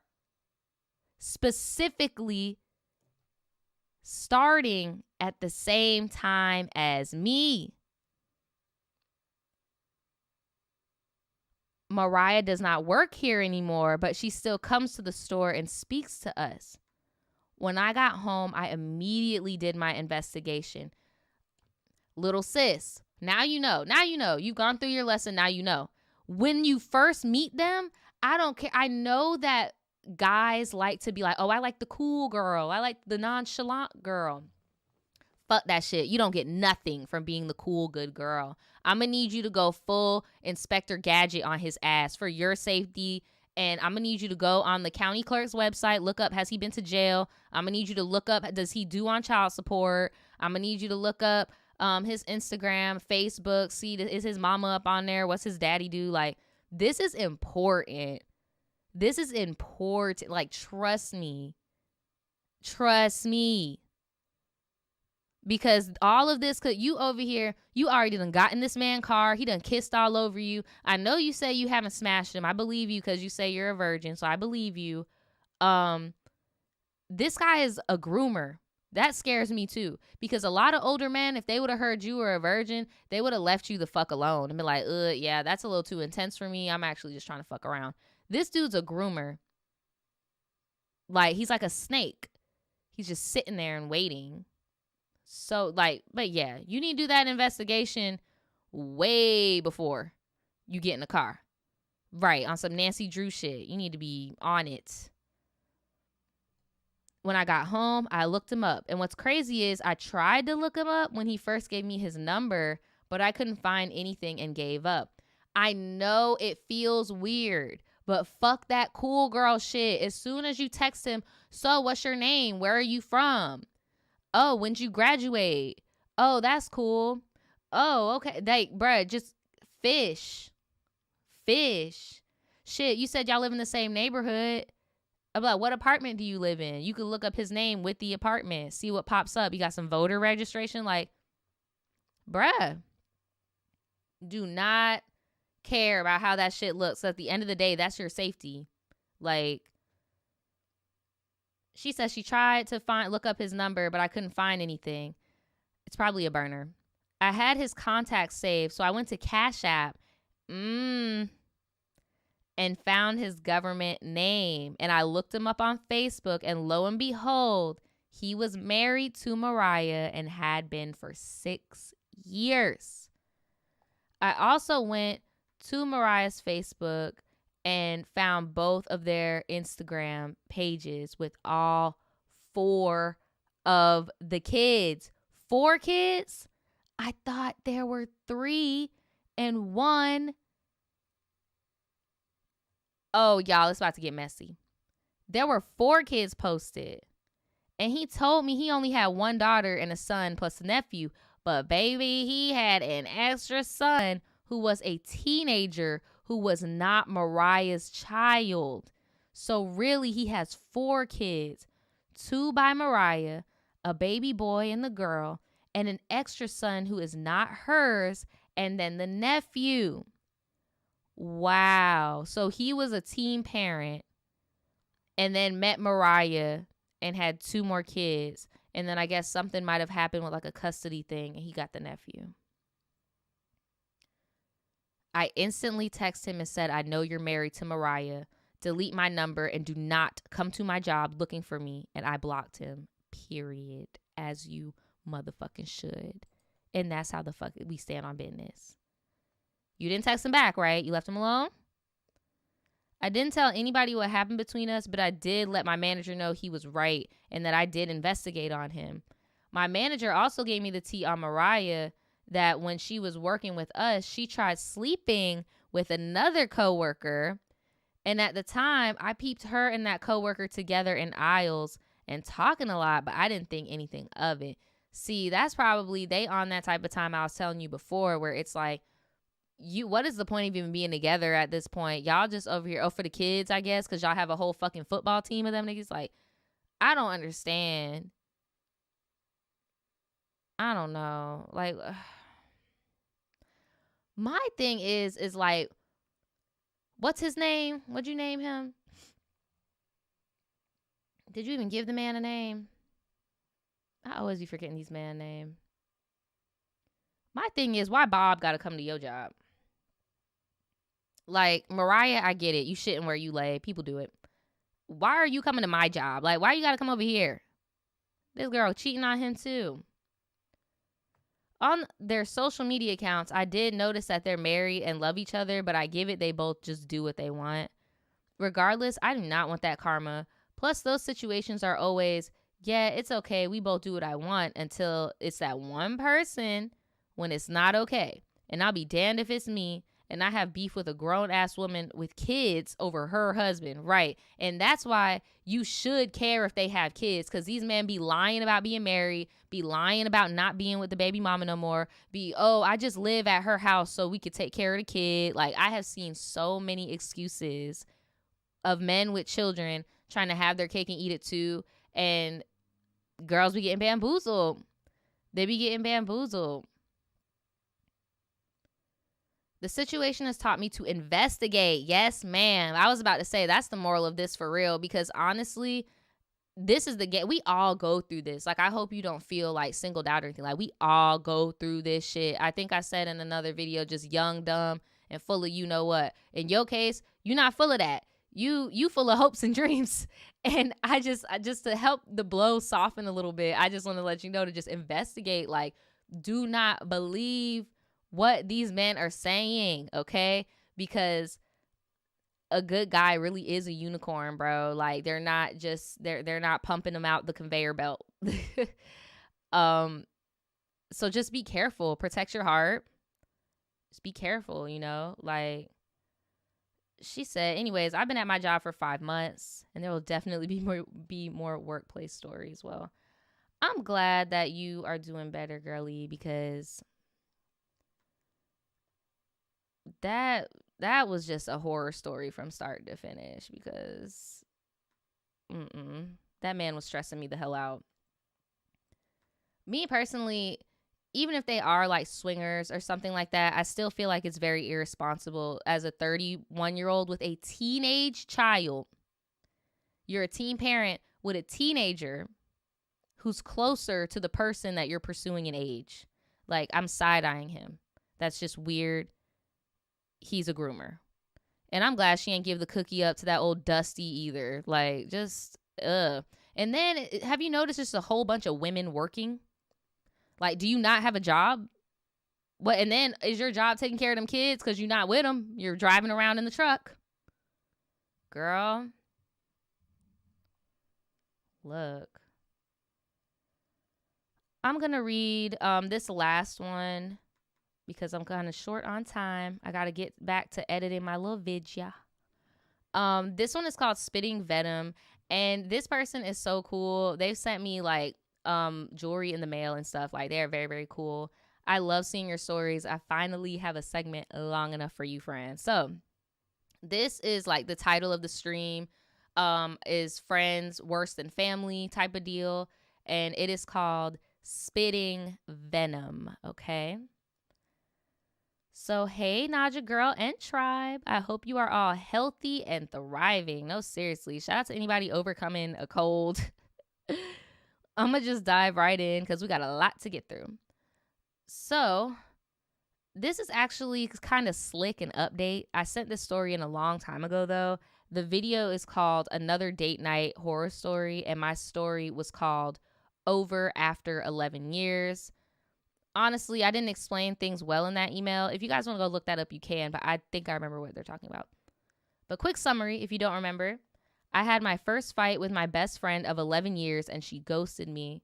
I had been feeling like she was pushing away for a while, and I finally just asked her, and she said she wasn't. She just said she was busy and stressed, and that I don't get it because I don't have a job. Damn. I apologized to her, and then she ghosted me. A year and 7 months later, we reconnect. She confirms that she was pushing me away when that's exactly what I freaking asked her in the first place. I said I was only upset because I knew something was wrong and she wasn't being honest. I felt like she was attacking me, and she said she wasn't. There's a lot more, but it's just too personal for the tribe T. Respect it. We respect it. So, I just wanted to speed through that because it's not relevant to where we are now. So, y'all are back, friends. I always say, if you are somebody who cannot get over a friendship breakup, try it. Go hang out with him again. Go hang out with him again. I bet you I know what happens. Oh, you want me to tell you? You're going to get the ick. You're going to get the ick. And you're going to remember, oh, this is why I'm good on that. Because what you're doing is you're reminiscing on the good times. You're not reminiscing on like the actuality of like why you guys need to go and live separate lives. Never fails. Never fails. Like, I've even tried reconnecting with someone from my past who I didn't even have a fallout with. It's just we just had common mutuals. I got the ick. It was just too. I just be getting the ick, bruh. I don't know, man. It's just, I don't know, man. Let me know. Am I alone or do y'all be going through that too? So before I start, I am a Gemini sun. Shout out to all my Geminis. Hey, Gemini gang. An Aries moon and a Scorpio rising. Shout out to all my Scorpios. It's Scorpio season. And shout out to my Aries. I love y'all. Y'all are my faves. So, I am asexual. Shout out to the asexuals. We haven't had one of y'all in a while. Shout out to you. And just for some background, because girl wanted to bring up that people don't be working, I'm a trauma survivor with PTSD, and that'll play a part recently. So I recently figured out that I'm a highly sensitive person, HSP for short, not in I'm an easily offended way. I just feel things very deeply, and I pick up on other people's emotions. It gets way stronger the closer I am to you. I'm very intuitive, and I can catch tiny subtleties and that most people miss. It's a personality trait, not like a disorder or anything. It's my strength and my weakness, and it's kept me alive, but it's also got me into trouble. So after I reconnect with her, I start noticing stuff I didn't before. I told y'all, bro, I don't know what it is, but if you're stuck on a friendship, like, trust me, just go hang out with them again. I don't care if it's been 8 years. Hit them up and be like, hey, like, bruh, they're either gonna ignore you and ghost you and give you like the most extreme rejection therapy of your life and remind you like, what the fuck am I doing? Or 2, they'll be just as desperate as you, and y'all will go out and you'll realize like, this is weird. Like, what? So my friend is also a Gemini. And hold on. So after I reconnected with her, I started noticing stuff I didn't before. We only reconnected for like 8 or 9 months. She's a Gemini also. And her husband is a Sagittarius. Okay, shout out to all my Saggies. Every time I see her, her husband keeps asking me creepy stuff. By the way, me and her never hang out alone, and he is with us 100% of the time. That is so annoying. We only party together. I always chalk it up to me and her don't drive. Bruh. I always chalk it up to me and her don't drive. But I don't know. No, wait. Oh, so he like chauffeurs y'all. Okay, I get it. Anyway, he keeps asking me if I'm into her. Like that way. Not once, not twice, but freaking 5 times. It just becomes way too much for me. And one time I'll be like, yeah, whatever, but this is excessive for me. I consider her my sister. I'm asexual as a direct result of trauma, and he knows this. And I keep saying, like, this is gross, but he just keeps bringing it up. Oh, and by the way, they're in an open marriage. Look here.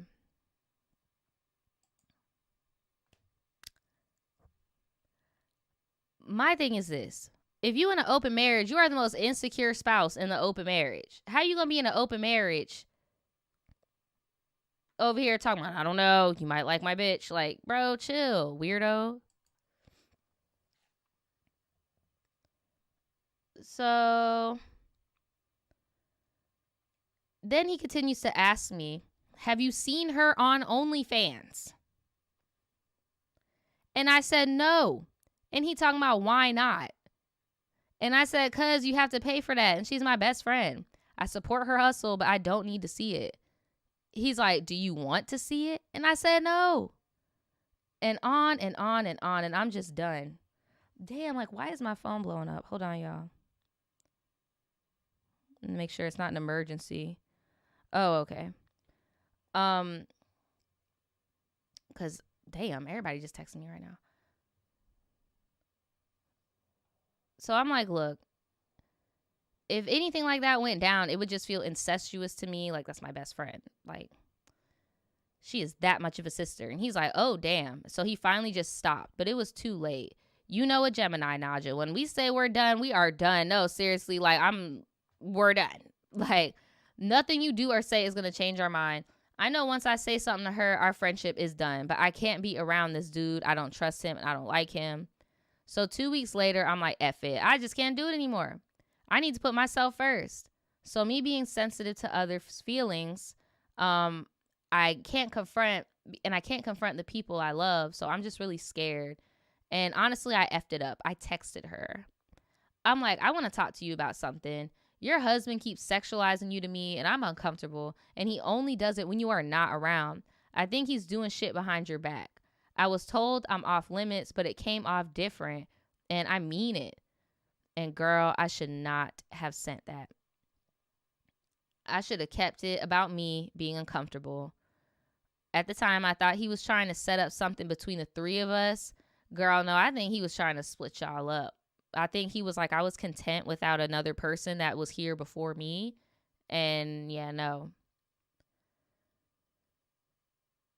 He told me that night on the phone that he feels girls out to see if the girl is down with both of them, and then asked me if I was into her. I don't think it was that big of a leap. You guys let me know what you think. So I'm aware I didn't present it right. I take all responsibility for that, but I made it clear I didn't like what was going on.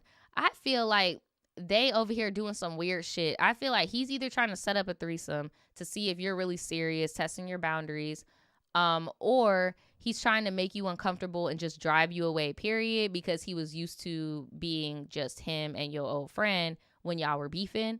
I think it might just be more of that.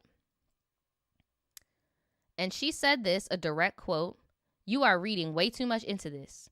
If you had a problem, you needed to man up and say something."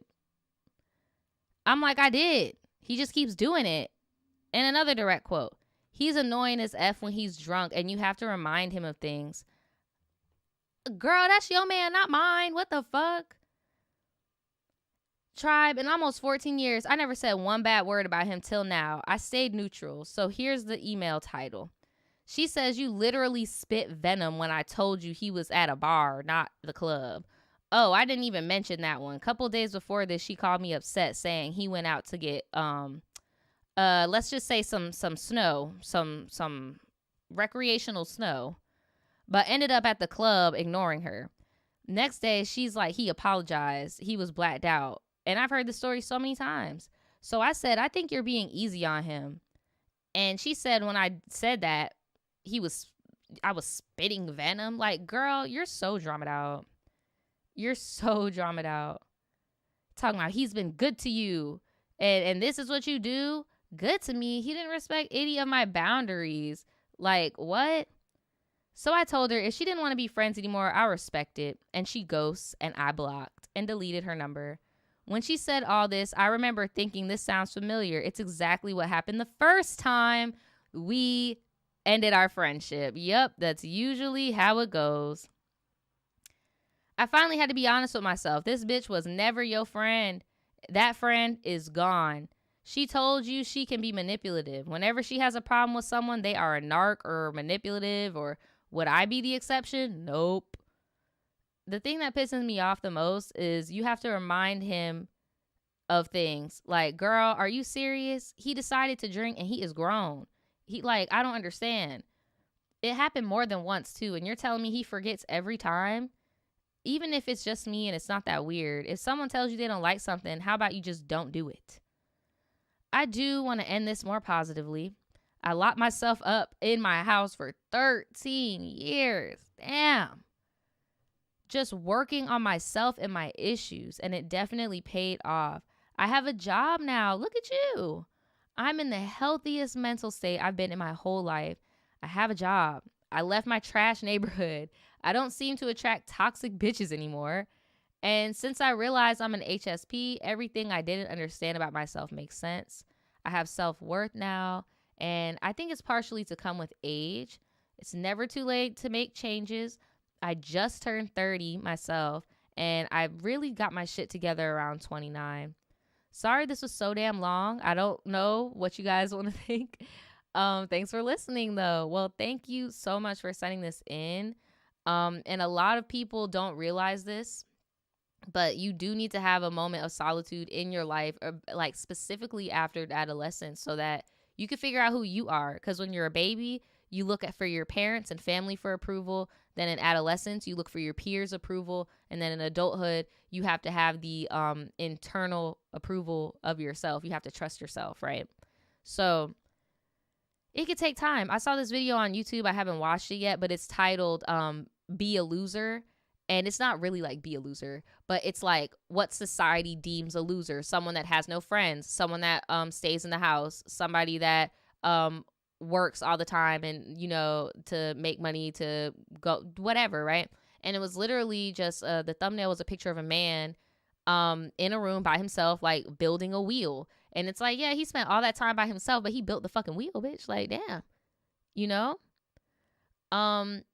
But no, I definitely am praying for you too. I'm seeing y'all in the chat because that is amazing. Like, PTSD sucks. And the fact that it like changed you to the point, like your trauma messed with you to the point where like that deep, you know, and you were able to crawl out and get a job. And that's a lot.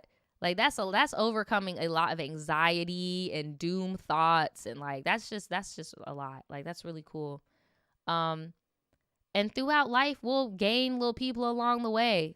You know, we gain little people along the way. So thanks for sending that in. Thanks for sending that. I always love seeing your stories. Thank you guys so much. Shout out to YouTube. So I want to pick up where we left off, and just to refresh everybody's memory, this theme is like for November is we're doing friends, family, Thanksgiving clapbacks, stuff like that.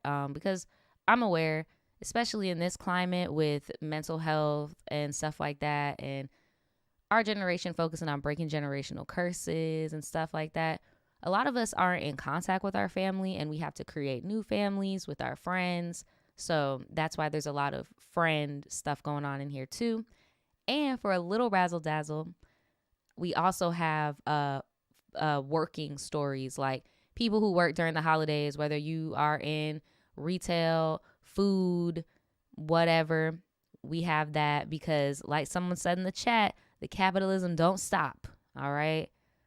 So I do have an update from a story that we read recently that has to do with the Thanksgiving clapbacks and stuff. So I'm going to go ahead and read that.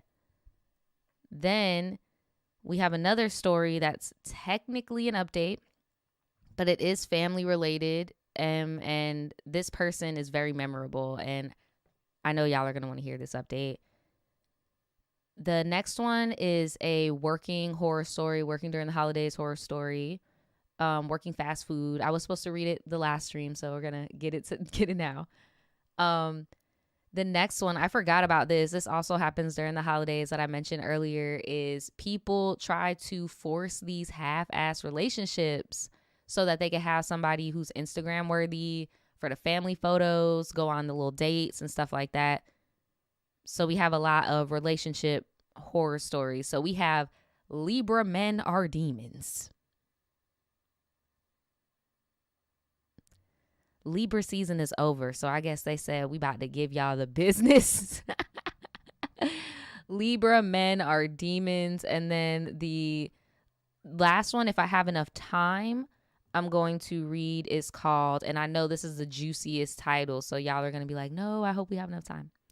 If we have enough time, if not, I will read it first thing next week.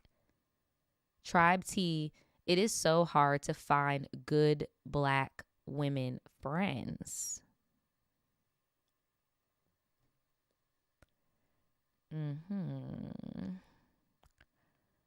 Okay, I can't help it. I'm going to say it anyway. Girl, it's hard to just find friends, period. It's hard to just find friends, period, right now, girl. That's why I say interesting, because I'm like, girl, it's hard to find friends, like, period. It's giving like when dudes be like, oh, I have a type and I want to only date Latina girls.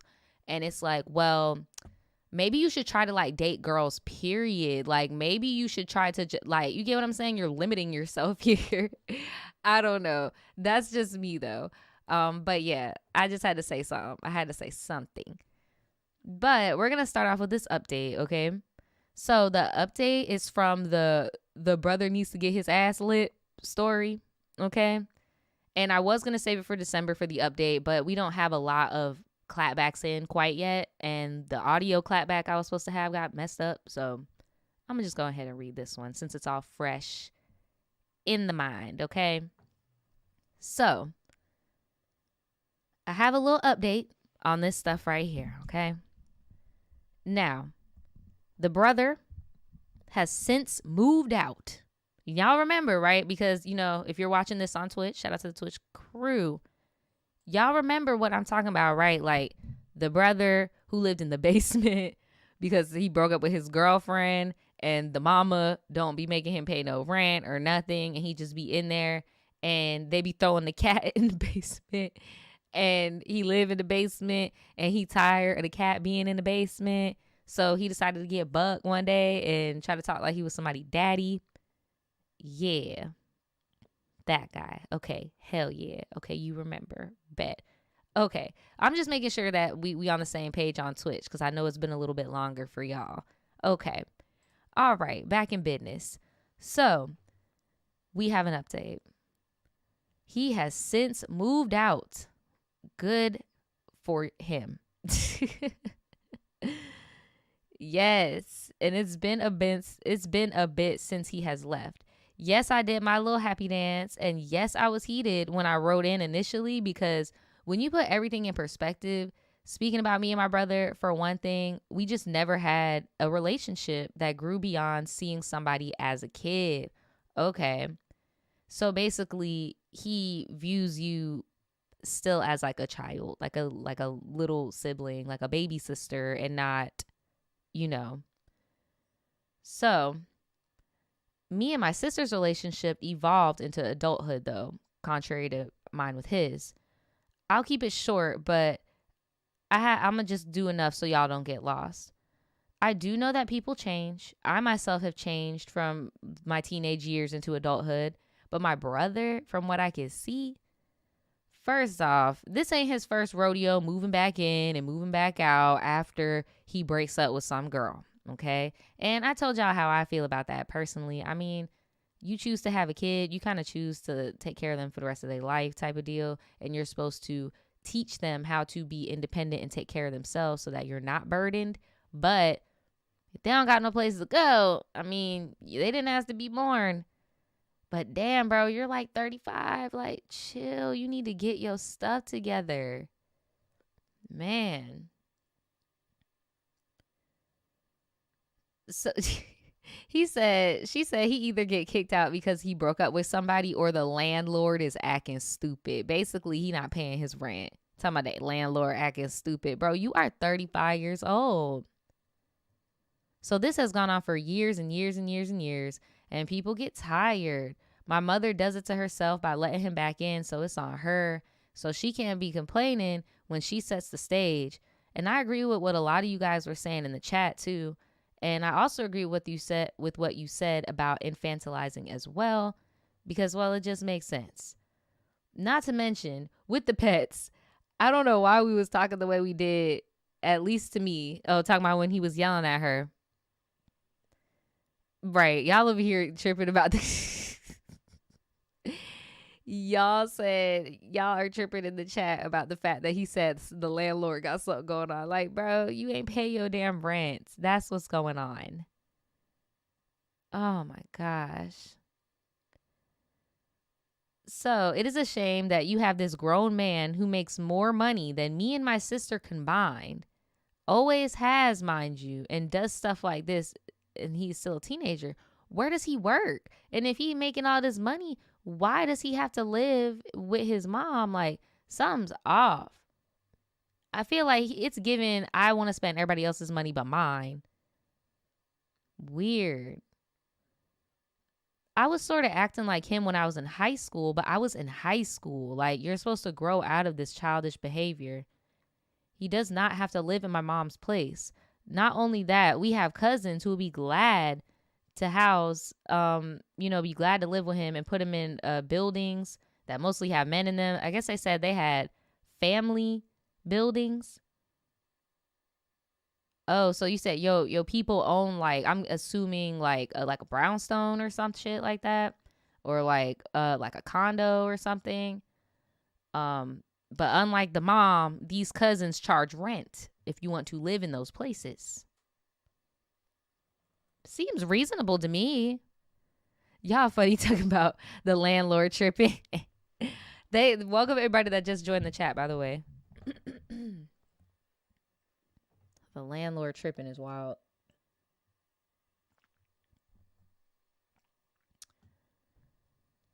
I was not at his type kind of stability in the past, and I wish, because I would have just gone and got my own place.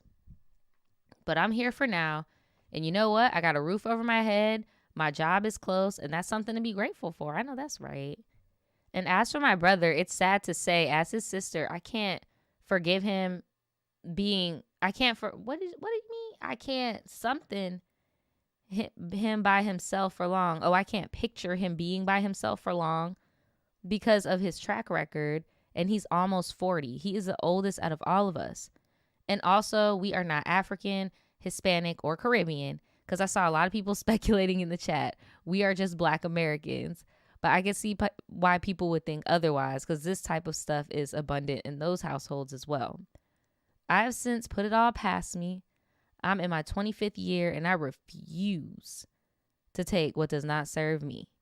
And I know that is right. She said, I found out more than myself than I thought I ever would. I know that's right. Who went to Harvard? The brother?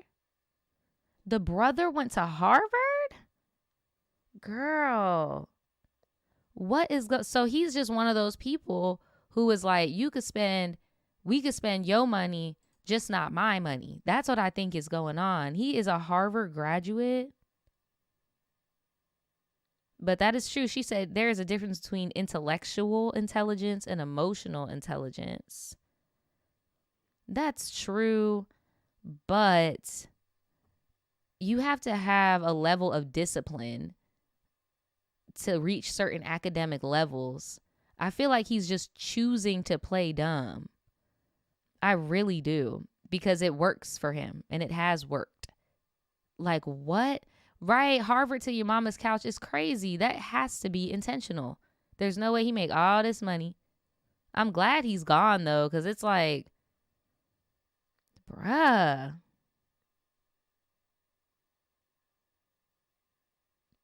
Man, look. I'm still skimming this because it is a little bit. Hold on. She said, I didn't realize she sent in like another one next to it. She said, I forgot to add some aspects. My brother does not even get my mom birthday presents. Damn. He's been here before without rent. He'll pay 1 month and then he'll stop. Yeah, like I really feel like he is one of those people who's like, I could do it, but I just choose not to because I would rather have my own stuff. That's the vibe I'm getting from him.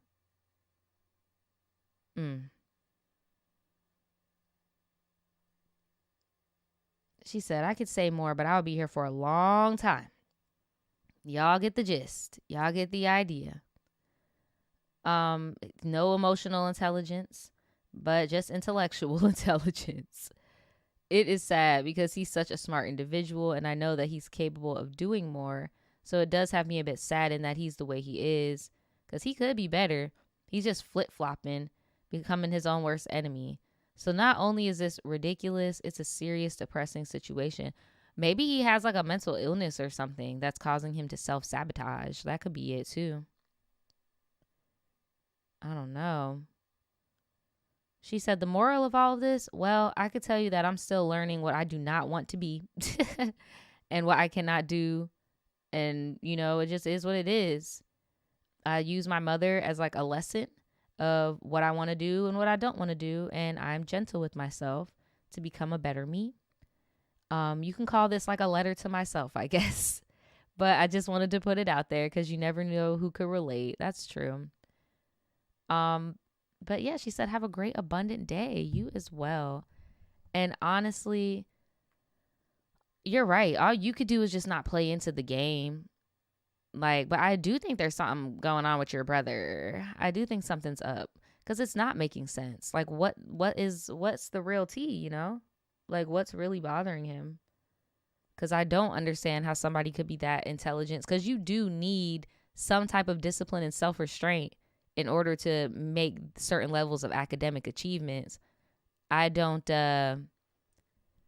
like, emotional unintelligence is like, we got a group project and like, I'm not going to be involved in the group because I just don't want to do it. But I know you're going to want to do it because you don't want to fail. So I'm going to just put it all on you. I don't see that. Somebody else who said that, Lilac in the chat said he only goes places when he has a girlfriend. That's T. What if he had a little Harvard relationship? And then him going to Harvard, is he part of a fraternity? Like, something's keeping him afloat, you know? But I don't know. Right, he probably does have mad savings. And I agree, he's probably scared of the real world as well. Because we all have that quarter life crisis where we meet the age where we stopped dreaming of what we're going to do after that. And it gets scary. And you can psych yourself out. Because I'm sure one of those girls, he maybe not marriage, but expected to be long term with them, you know, and that was probably part of his little checklist. But yeah, that's a crazy update. Tell me if he don't get his Ken head ass out to the real world. No, seriously. Go and experience something. Golly. Well, thank you for the update. I appreciate you. I'm about to hop into this next story though. This is also kind of an update, but a whole new different story.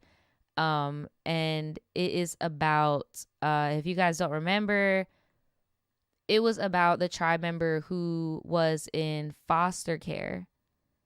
And I read their story on the live on June the 9th, 2021.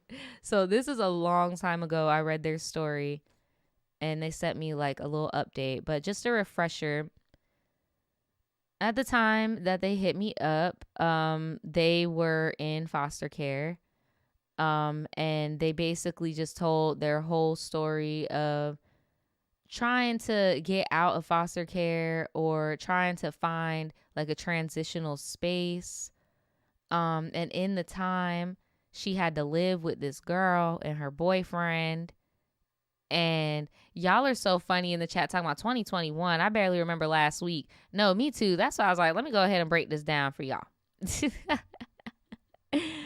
So yeah, she had to live with her close friend and their boyfriend, and they were in a transitional low income home.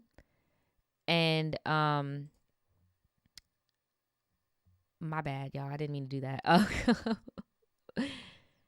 And the boyfriend that the girl was living with was like gangbanging and flashing guns on social media and stuff, and she just didn't feel safe being in that environment, but she just had nowhere to go. And yeah, bruh. And she said hold on, let me see. She said, I don't want to be homeless and miss out on a place to stay, but I don't want to feel weak and have no choice but to deal with the things that trigger me because I have nowhere to go. She basically just wanted advice like, what do? I feel like I'm stuck. So if you want to see the advice that we gave her, go and do that. Please go and do that. Go and rewatch it. So I'm reading this one because now obviously we're talking about makeshift family and everything. And she sent me another story. And she did send me receipts, but I cannot put them on the screen because, girl, I saw you tried to blur, but you left this man's whole phone number. Like, I cannot be doxing nobody's phone number, okay? Make sure y'all follow the rules. So yeah, let's get into it. And I'm gonna read them though. I'm gonna read the receipts. I just can't put them on the screen. All right. Oh, and then one of the two other receipts that don't have his phone number has his real name. Friend, you can't be doing that. All right, this one's about to be a rocky road. So y'all get your water, get your stuff. This is about to be it. All right. Hey, Naja, boy, do I have a story for you. So I wrote in previously, and this will be an update on me turning 18 and aging out of the foster care system and the series of crazy events that happened after that. So I wrote in telling you how I was debating staying with a friend and her gang mega boyfriend. Well, I ended up having to stay. Oh my God. The foster care agency I was with at the time didn't serve anyone past the age of 17. So after getting this information, my social worker told me that I could either go to a shelter that they recommend or I can go stay with a friend or family member. That is wild. That's like it just got too real. I couldn't imagine being a teenager and having to make that big decision. Like, I was aware that this was a possibility. So prior to my social worker telling me this, my friend said that I could stay with her. I'm going to call her Mimi. This time, okay, so she's the one with the gay mega boyfriend. Well, I have much more tea, but I'm going to make it short. I found out a week before I came over to live there that the boyfriend was physically abusive. Well, damn. Okay. Here we go. Shocker. I didn't want to be homeless or in a shelter alone, so I took the risk and I made a mistake. I will not get graphic out of respect for her. Or no, not you didn't even say respect for her. You said out of respect for me and the tribe's triggers. And I both endured abuse from him. Oh my gosh. So even her man was hitting on you? Wow. I was kicked out of my third week of living with them after an incident with nowhere to go. So her boyfriend was hitting on you?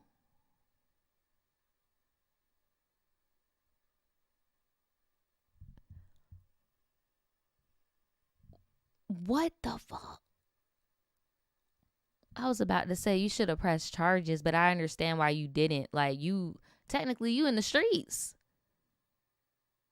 Oh my God. Oh my goodness. Damn. Well, you got freaking kicked out. This is so sad. I called the police. Oh, she did it anyway. Let's go. I was about to say, girl, I would have called them people, but I was like, damn, I've never been in that situation. I don't want to be like, girl, why didn't you call the cop? As you should. Call them police. And I told them my situation and that I had just recently turned 18, and they were very helpful. I then went to a domestic abuse shelter, which was hosted in a hotel because of C-19. While at the shelter, I met this guy. We will call him EV, short for Energy Vampire. OMG. Okay. He messaged me first via Instagram and we hit it off. We had the same spiritual beliefs. We both endured some of the same things growing up, being in the system. And we're both around the same age. He was 19 and I'm 18, and also both in homeless shelters. I had him show me proof because I know dudes be lying on the internet, right? Just trying to get some tail or whatever. Girl, anybody out there listening, if you in this situation, I know familiarity feels good, and especially when you are in the foster care system, you long for family and a bond and connection and stuff. And it feels good when someone's gone through similar trauma as you. However, when you have absolutely freaking nothing, I'm going to need you to date. Excuse me. I'm going to need you to date up. I'm going to need you to date up. I'm going to need you to talk to a boy whose mom and dad live in the suburbs. So you can go stay over there or something. Like, work smarter, not harder. EV is funny. So, he shows me proof. Everything's cool. We move rather quickly, and in hindsight, not quickly in a reasonable or healthy way. For reference, we said I love you within the first 2 weeks of talking.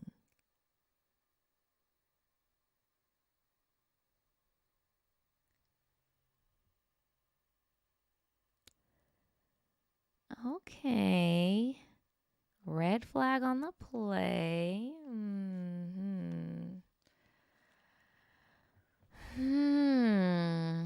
All right. Granted, we'd message very often, but that also validates my point that we were intense way too fast. Yes. Man. I feel for both of y'all, because I know both of y'all's situation is why y'all are even doing all this. Like, man, I feel bad.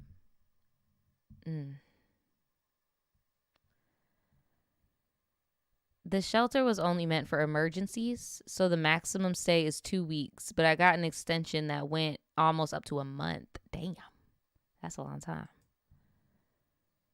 By that time, the head of the shelter told me I had to go because they had other people to serve. So a few days before, I tried calling other shelters in the area, but had no luck. They were all either full or I had to get on a waiting list. I messaged Evie and I expressed to him my stress. I was scared and I was frustrated and I didn't know where I was going to go. He said, "Oh, well, you should just come down here." I told him I thought it was too soon and that I needed not to move too fast. In contrast, girl, y'all was already moving a freaking 1,000 miles a minute. This is insane. He convinced me if I came down there, I'd have to support him. He convinced me that if I came down there, I'd have the support of him. Okay. I was about to be like, girl, with what? Like, how could I support you? I'd have the support of him and his family. Your family? You got a family now? What's going on? Did he make a family? Like, what's happening? They all said they could help me. So I told him I needed to think about it. And as soon as I told him that, he started to dry text me and have an attitude. I didn't want to lose him or have him be upset with me, so I told him I'd look more into it. The next day, I started calling shelters in the city that he lives in, and I found a women's shelter, which was basically a subdivision of his. I looked it up with myself, and I decided to do it. I had hoped that it would be better for me, and I'd finally have family-like support I was wanting. I told him this, and he got so excited. So I also just happened to be with this organization that helps homeless relocate, and the goal was for us to be in a shelter until he could find an apartment with the voucher, and then we would move in together. Move in together? You need your own place. For real. I mean, shit, in this economy, I don't know, but, ideally. So we told the housing people that he was a cousin and I wanted to go stay with him, and they booked me a Greyhound bus to Texas. Girl, I traveled 30 freaking hours. Wow. That's wild.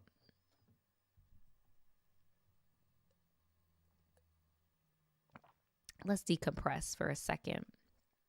So, you're telling me that you have a family somewhere, and y'all live somewhere, and you want your girl to come over there with a house voucher, and then both of y'all are gonna live together. This does feel, something is just so off about this, and I cannot put my finger on it. I really can't. So we're on the Greyhound bus, traveling 30 freaking hours. My experience on the bus is a whole other story. But we met at the Greyhound station in Dallas, and he was so happy to see me. Like, he was cheesing ear to ear like a little kid. He hugged me for at least a good 2 minutes, and when we sat down to eat at the McDonald's nearby, he just could not stop staring at me, almost in a creepy but flattering way. He just kept saying, "Wow, you're so beautiful, my baby." No, ick immediately. Ick immediately. Ick immediately. She said, "I shall not cap to Naja." Okay, you're not going to cap to me. I appreciate that. His pictures made him look decent, but in real life, I was not attracted to him at all. And she did send me pictures of him. And y'all, I don't know if this man just has like a familiar face or what, but I swear I've seen him before. Like, one of y'all sent me in a picture of him. Like, I swear on everything. I swear, like, when I saw him, I was like, oh, this man is dusty as all get out. But he looks so familiar. And he doesn't look like a Florida man. Like, he doesn't look like I've seen him in person. Like, it's jogging my memory on one of y'all sent me a picture of this man. Like, I feel like he has multiple victims in the tribe. I really do. And he got a type, because you look so cute. You're giving Erykah Badu, Soul Sister, crystals, locks. Like, he got a type. He got a type. Thank you so much for Pejin. With your Haitian name. Thank you so much for the follow. I appreciate it. But yeah, this man looks very familiar, y'all. But he's not a looker. She's not lying. She said he is not cute. I'm not even about to lie to you. I appreciate it. I appreciate you. She said she was not attracted to him at all when she first saw him, and it made her feel bad. I'm like, this is my self-dialogue. I done told this man I loved him and everything. He is obviously head over heels for me. Fuck it. I'm not about to sit here and pass up on a potentially good guy because of his looks. And sure enough, after a while, his looks did not matter at all, because his charm and flattery made me feel special. I began to cherish him for making me feel that way, and I did the same for him. I really did fall in love with this man. Girl. Girl. There are so many details I have to skip. Girl, I know it's okay. I know it gets embarrassing. If you or any tribe member feel like there are missing parts that don't exactly piece together, just let me know and I'll respond in the comments. So let her know. To make it a long story a bit shorter, we ended up meeting his friend, who we're going to call Irene, later that day at her job. So the same day. Irene saw me and we hit it off, and she offered to let Evie and I stay with her. I was caught off guard, but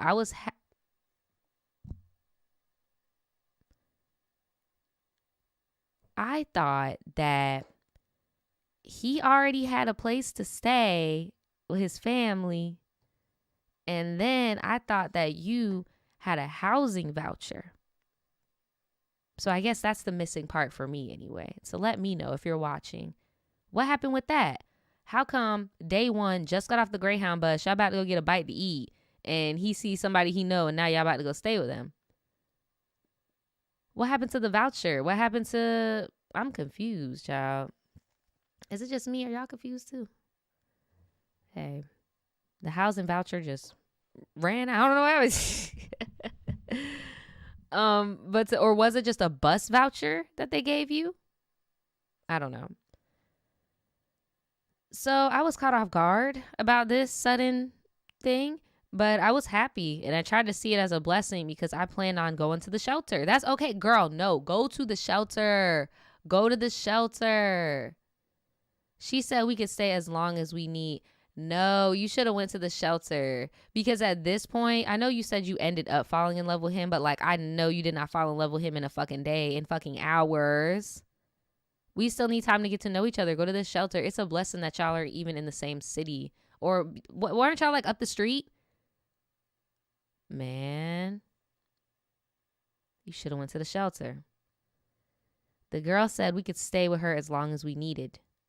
That is realistically, realistically, and my stance on homelessness has changed drastically since COVID. Like when I was younger, I used to be very, I wouldn't say ignorant to homelessness, but not as empathetic. You know, and this is an excuse, but like coming from New York and like seeing the hustle and like how New Yorkers treat homeless people, it's like I had to unlearn a lot of toxic shit, and just like seeing COVID and like, yeah.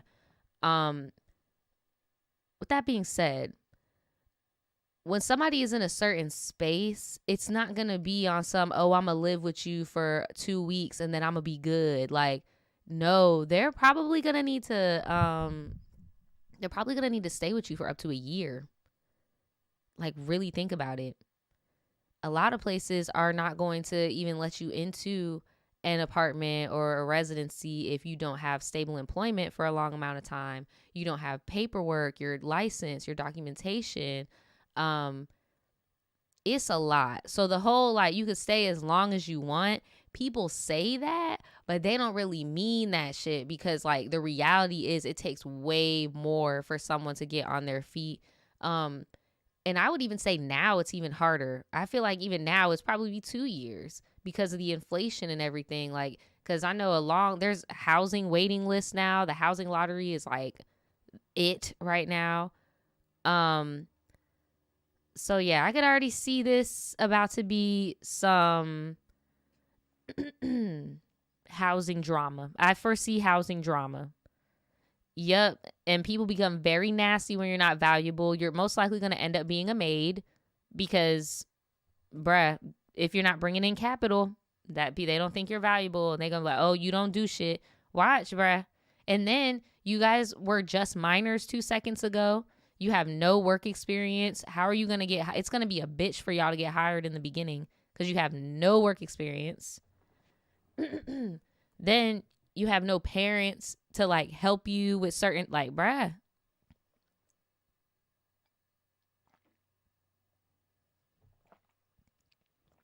Y'all said they're going to be feeling like SpongeBob when he let Squidward stay with him. Yes, bruh.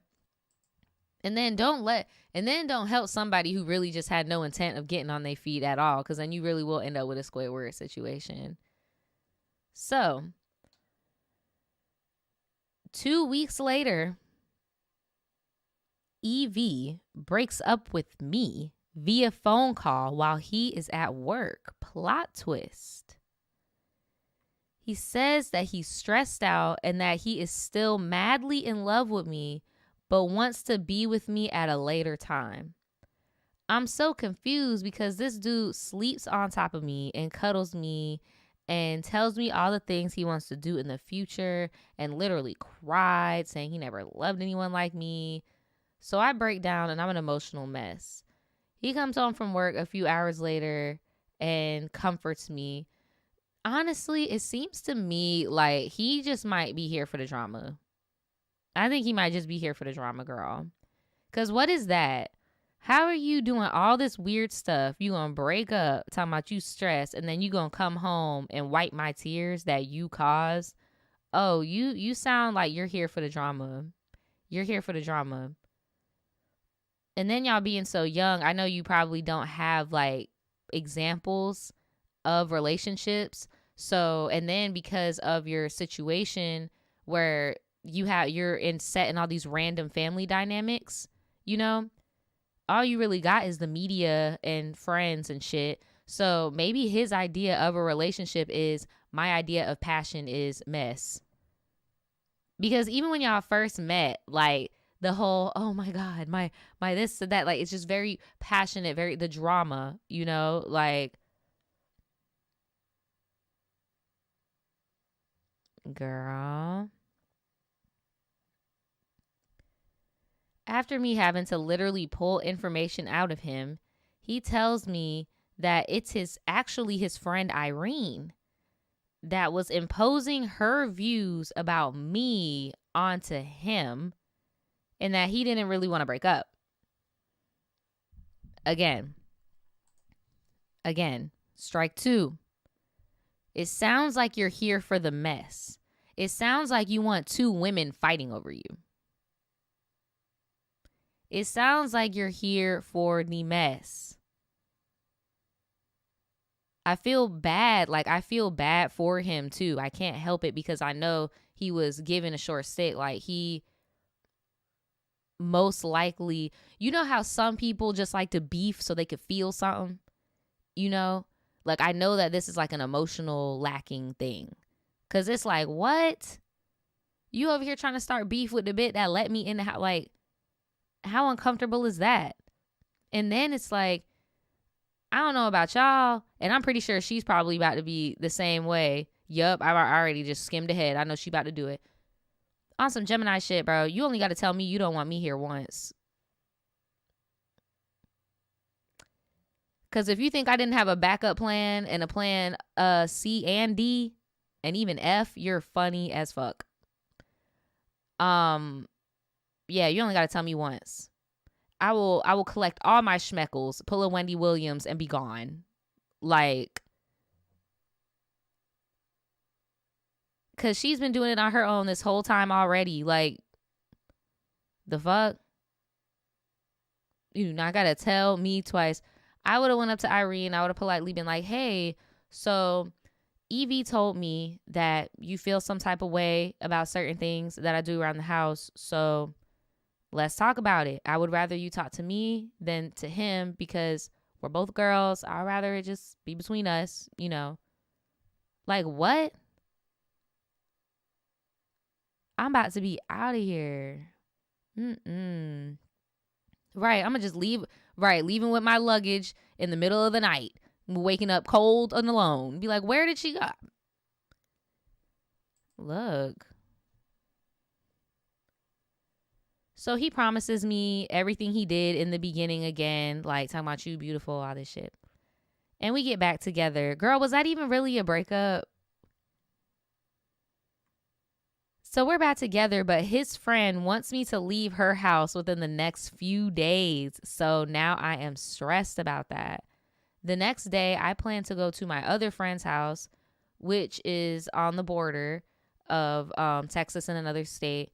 So I'm packing and getting my mind right from all the chaos, and I write him a letter letting him know how much I love and appreciate him and that I couldn't wait to be back together again. Girl, I feel so bad because y'all have just been so institutionalized and it's not your fault. This man, y'all are both in survival mode. And if he is not going to also protect you, it's kind of a lost cause here. Because as of right now, he's in survival mode and he's like, sorry, sis, love ya, but you gotta go. Because I'm trying to stay here with Irene. And I would not be surprised if Irene had prospects and was not expecting for your man and was not expecting you to pop up. And now it's like, okay, you and this bitch gotta go because I'm not trying to fund y'all happily ever after. I would not be surprised. Irene ain't say shit to you personally, but you know for sure you got to get out that house. Yeah, that sounds some good old fashioned. But yeah, I agree with Rose. I don't think you love him. I don't think he loves you. I feel like y'all cared a lot for each other and related a lot to each other, but I don't think that was love. Because if he really loved you, he would have moved out of Irene's with you. You guys are no longer wards of the state. You can go wherever the fuck you want. Like, you can go wherever you want. If you wanted to save up all of your pennies and get a passport and go fly and then save up some more pennies and get a flight and go to Thailand and live for $5 a day, you could do it. Like, you could do whatever you want to do now. So the fact that he could do whatever he want to do, and he was like, yeah, I'm about to stay here with Irene, bitch. I'm about to stay here with Irene where it's safe and guaranteed I got someplace to stay. Yeah, that's that. But again, I can't blame him. Because he's in survival mode just as much as you're in survival mode. Oh, yeah, I had to throw that Thailand in because I need to go over there. I need to go to Thailand. I need to go to Vietnam. Like, I'm trying to go places where I can get good food for like $3, where I can get a nice hotel for like $75. Like, that's where I need to go. Shoot. Because America is just not it when it comes to money. Like, it's just not for the people, girl. It's not for the people. Like, these kids don't got no fucking resources due to the system. Like,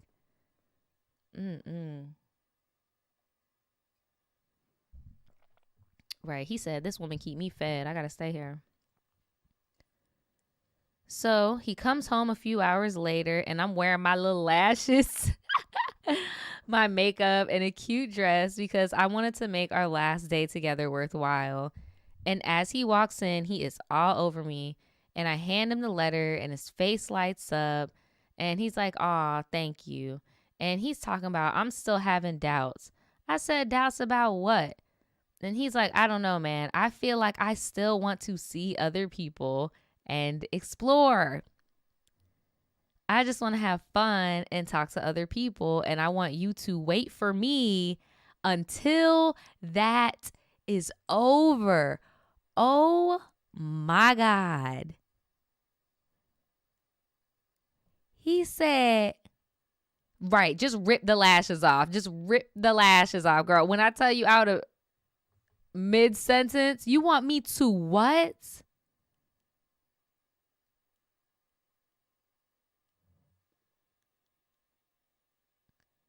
I want you to be the woman I marry, but I just want to have some fun right now.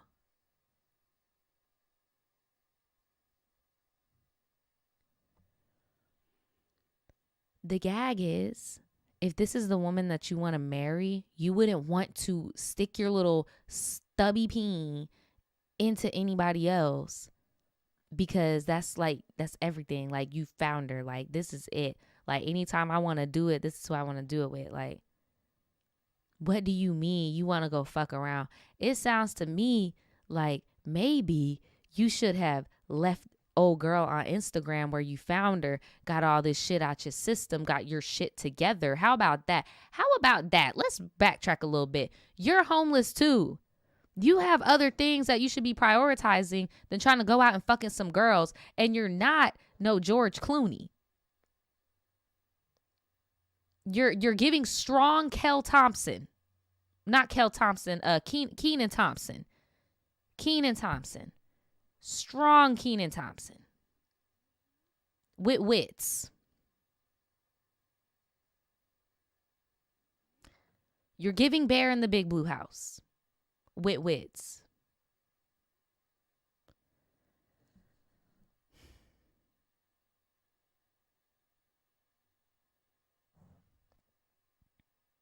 Girl, I don't even know. I almost just took my lashes off. Like, I'm just so appalled. Like, I think there's something wrong with him. I think he might have a little, I don't know. Something might be wrong. So I said, you know what, Evie? You done put me through enough emotional turmoil as it is. I love you, but if you're in that immature mindset of wanting to party and fuck bitches for your social status, go ahead. Not chasing you. What you should have said was, I'm not waiting for you. That's what you should have said. She said, I'm not chasing you.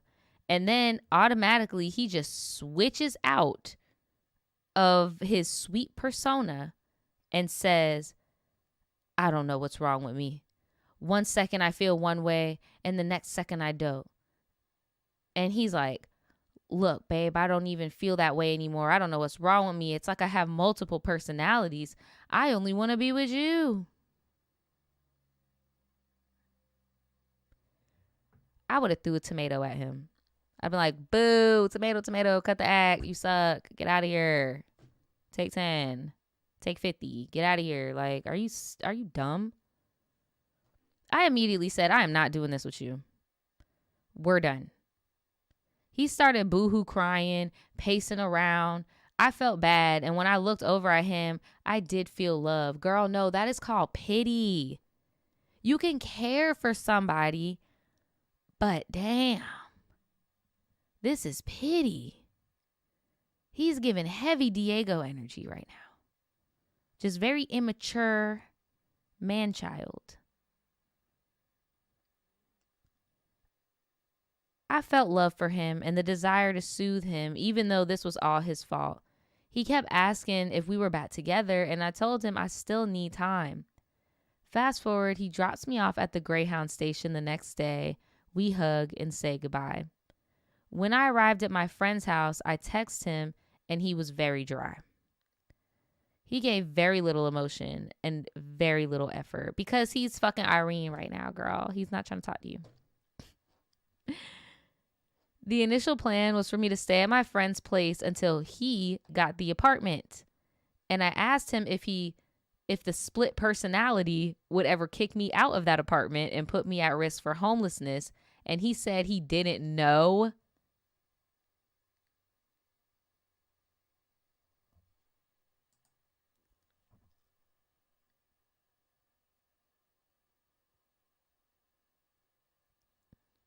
His response is killing me.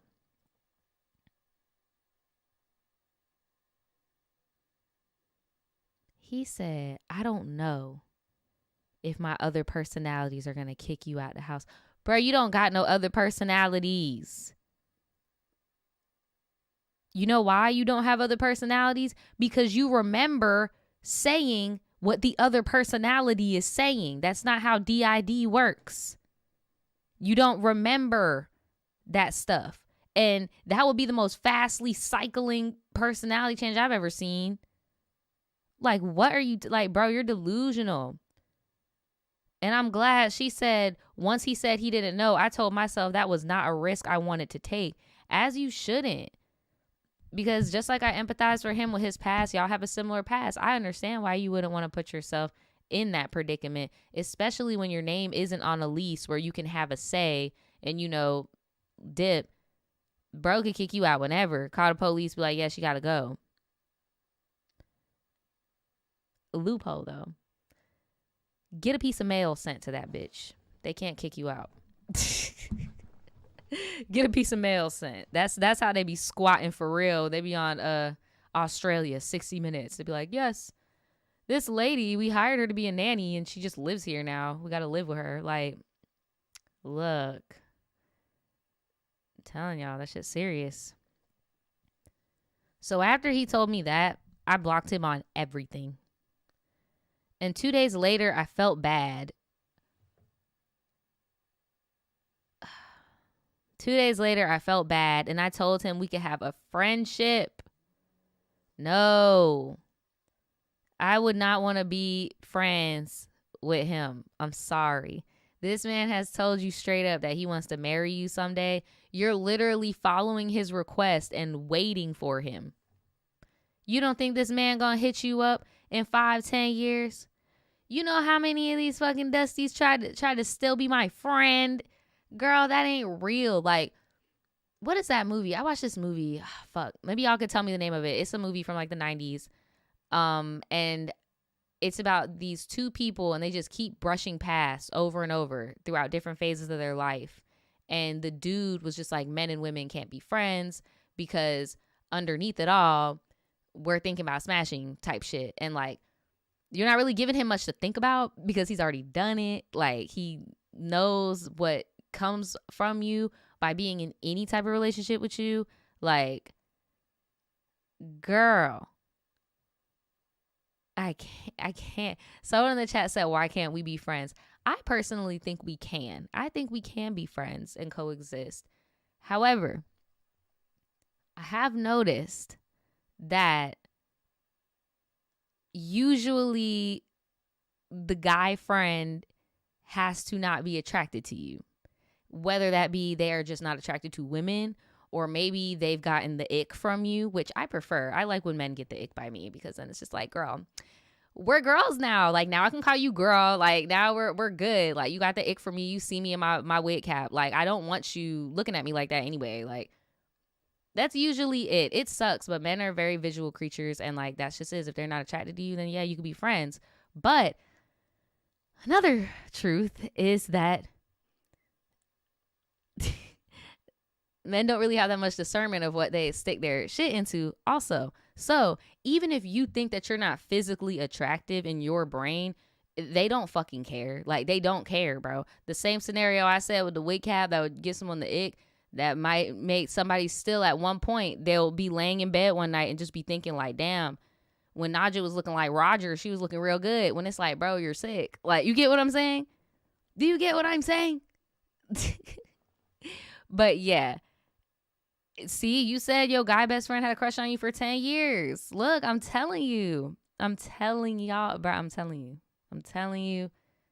I personally believe that men and women can be friends.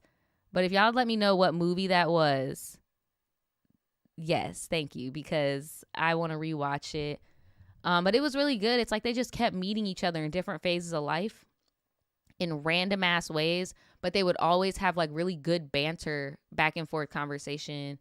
Very Tarantino without the Tarantino, but rom-com, girl flick, chick flick. And yeah, like, that's what he said. He was like, men and women can never be friends because we always gonna want to, you know, do some stuff. And I'm like, no, shut up, sir. But he broke that down. Let me know what movie that is, because I definitely want to rewatch. Anyway, we're gonna give Mr. EV what he wants. And we're going to wait for him in the friend zone, I guess. So, being in the friend zone did not work out because he was very inconsistent as a friend and he was kind of rude. So I told him that I was done trying and he just didn't respond.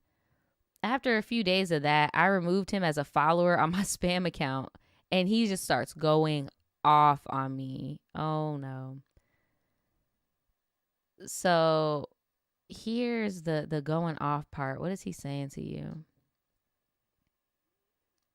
He said, you can't leave a dog hurt and expect it not to bite you when you return to pet it. What in the Dr. Seuss? What in the what?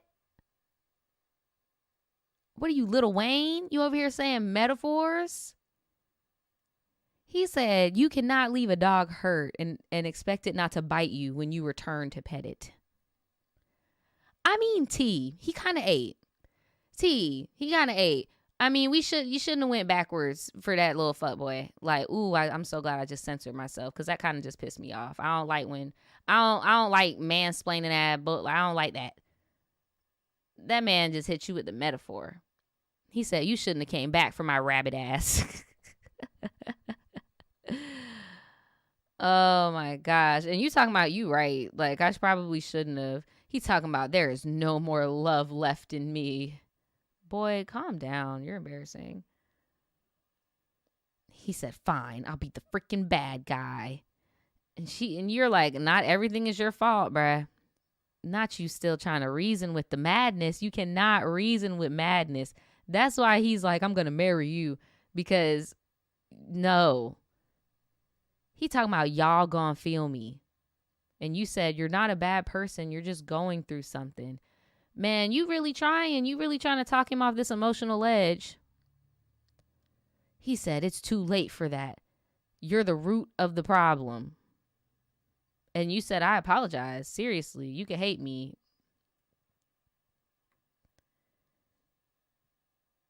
And then you were like, is this... Oh, and then somebody, what is even happening? Yeah, these text messages got sent a little bit mixed up. You said, okay, tell me everything you're feeling towards me. Let it all out. And he talking about hatred. And you said, why do you feel hatred? And he said, I feel abandoned and betrayed. Run. Run. Run, run, run, run, run. My dog got mommy issues and daddy issues. And he over here talking about feeling abandoned and betrayed because he said he wants to abandon you and go betray you sexually. And you said, no, let's be friends. And he's like, damn, you betrayed me because you're not letting me sleep with you anymore. My dog got mental problems for real. Like, he needs therapy. This shit fucked him up. He said, I want you to get off your freaking high horse. I told you I was going through stuff. You think I'm going to be freaking happy-go-lucky and just keep a smile on my face 24/7 and want to talk to you? Well, guess freaking what? It gives me a reason. I'll be pushing you away because I promise you I am not a man to be messed with right now. Friend, believe him. Stop talking to him. Stop trying to be his therapist. Stop trying to, and I get it because you have your own stuff too. You probably want to do some people pleasing shit so that you don't get abandoned and that you don't feel, but you deserve way more than this. You do not deserve to be spoken to like this at all. You do not deserve this at all. Part of being in a relationship is not you begging for somebody to regulate their emotional state. Like, he's literally treating you like an emotional punching bag. And he looks a fucking hot ass mess. There's this animal that he looked like, but I just cannot think for the life of me right now. It's like one of them Land Before Time ass animals to a dinosaur. Girl, not too much. Y'all know the dinosaur that... No, it's not a dinosaur. It's from Ice Age. The thing where they be the mud and it has like the little snout thing. Girl, he looked like a backyardigan. I'm done roasting his ass. Anyway, let me get back into this. Not the split personality. I told him I was done trying and he's not responding to me. A few days after that, I removed him as a follower and everything. This is not the end, by the way. I know this story's long as hell, but I'm going to let you read the rest on your own. I'm a very spiritual person and I have a trusted friend, blah, blah, blah, who reads me. So I have a spiritual friend who reads me and says everything she said was on point. I will send these screenshots for you and the tribe to read, and I will send the screenshots of the text after I removed him and told him I was done. So he sent all that stuff after. So you said you told her you felt the same way, blah, blah, blah, blah. Okay, so this is what the friend did the reading, and I'm going to block out his name because his name is in there. And again, this is somebody with that just did a reading for her. So this is not the truth or like for sure. Like, again, we don't know, right? But this is a trusted friend of hers. And that's also what makes me be like, because it could just be their perception of all the gossip that you told them. But I'm going to read it. So the first thing she said was, Okay, so blank EV feels that you always argue about money and somewhere to stay. He doesn't like that he doesn't know where you are all the time, and he thinks you're immature and move too fast. That's why you keep having conflict in your life. Like, this is what I'm talking about. Like, this is what I'm talking about, where it's like really hit or miss getting a reading by somebody who's really close to you, because it feels like they're kind of mirroring your tea. Because how do you know that's not subconsciously what she thinks about you? Because that whole story, you ain't talking about money. All you was talking about was somewhere to stay. And I think that's pretty valid. And I know his ass be thinking about somewhere to stay too, because he's adopted, like, or in the foster care system just like you.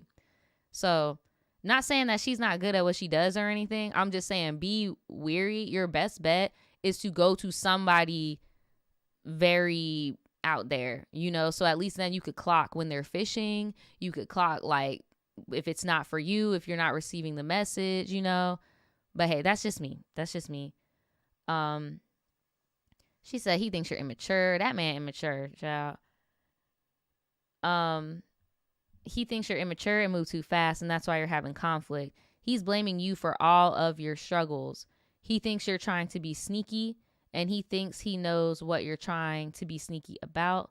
He believes you're able to conquer the world and have anyone you want, and that's why you left him behind. There's mystery here. He doesn't want you to love yourself.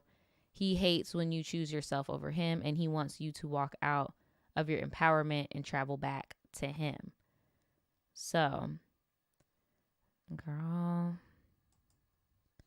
Right, Miss Cleo, enter in the chat, child. I mean, he's blaming you for all of your struggles. I mean, everyone's struggles is that they have their own cross to bear. I mean, it is what it is. If anything, I feel like he is blaming you for his struggles.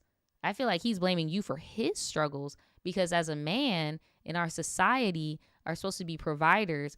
You're not supposed to be struggling for no damn home. Remember what I said at the beginning of this story? You should be dating up. You should be dating somebody with the family. You get what I'm saying? Not saying that you can't, or if you are dating somebody who has the same past as you, maybe a little bit later on in life where they themselves are more established and can actually be of service and not chill with you at the bottom. You know?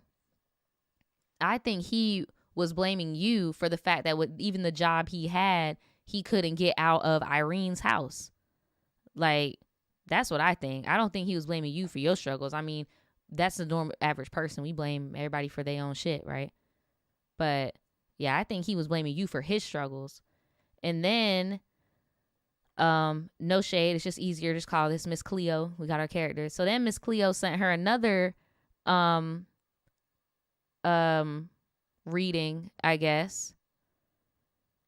And she said, okay, so he's actually not dealing with mental illness like he may make it seem, talking about the multiple personalities. Girl, we could see that shit from a mile away. Definitely, I agree with Miss Cleo. That man is not sick. He's sick, but he does not have DID. He needs to cut it the fuck out. Not Miss Cleo said he cuckoo in general. He's very much aware of what he's doing. Yes, I believe that too. I think he likes being messy. He's very much aware of what he's doing. He lacks self-control, especially sexually. He may have left or is leaving a situation to pursue you. That's what I think. I feel like him and Irene were fucking or something. Like, I don't know. I still believe in my spirit him and Irene are on something. It'll be, yup. He may have left or is leaving a situation to pursue you. It'll be for some type of financial stability. Yes. That's what I think too. Staying with Irene, financial stability.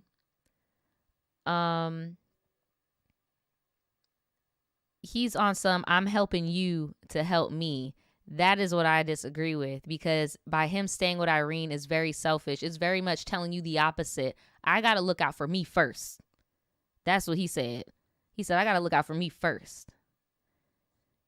And yep, that's what Miss Cleo said. He's only thinking about his own well-being. He has some options that didn't work out. It's messing with his self-worth and giving him anxiety. He's trapped in karmic cycles. I'm not going to tap into it, but I'm getting homo vibes. Child. If that's the case, he's barking up the wrong tree, because these little gay boys be getting taken care of, but he ain't so dainty. So I don't know.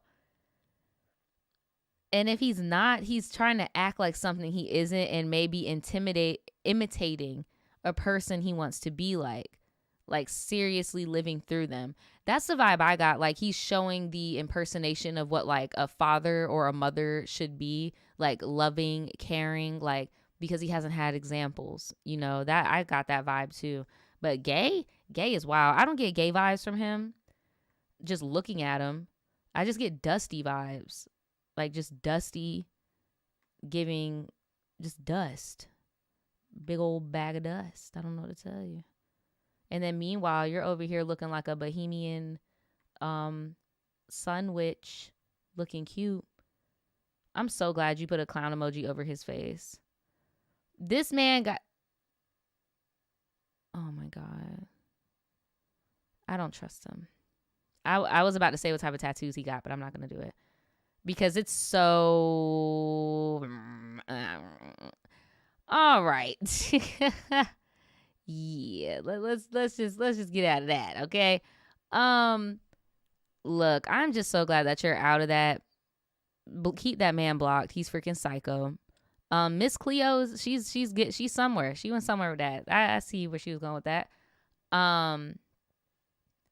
But yeah, that man is a little off, child. I wouldn't even play with that anymore. And for future reference, if you need anything, if you haven't already, I would just work on boundaries, you know, because people that aren't in the foster care, that have both parents or one parent, a lot of us are not taught boundary shit. I had to learn boundaries in my 20s and shit, like learn boundaries, because when you have firm ones for the ones that are important to you, and you can tell in the world who is trying their hardest to break that shit down, watch out for that. Because that just lets you know they do not care about your comfort. They're only looking out for themselves. Because what did you do? You put up your boundary, right?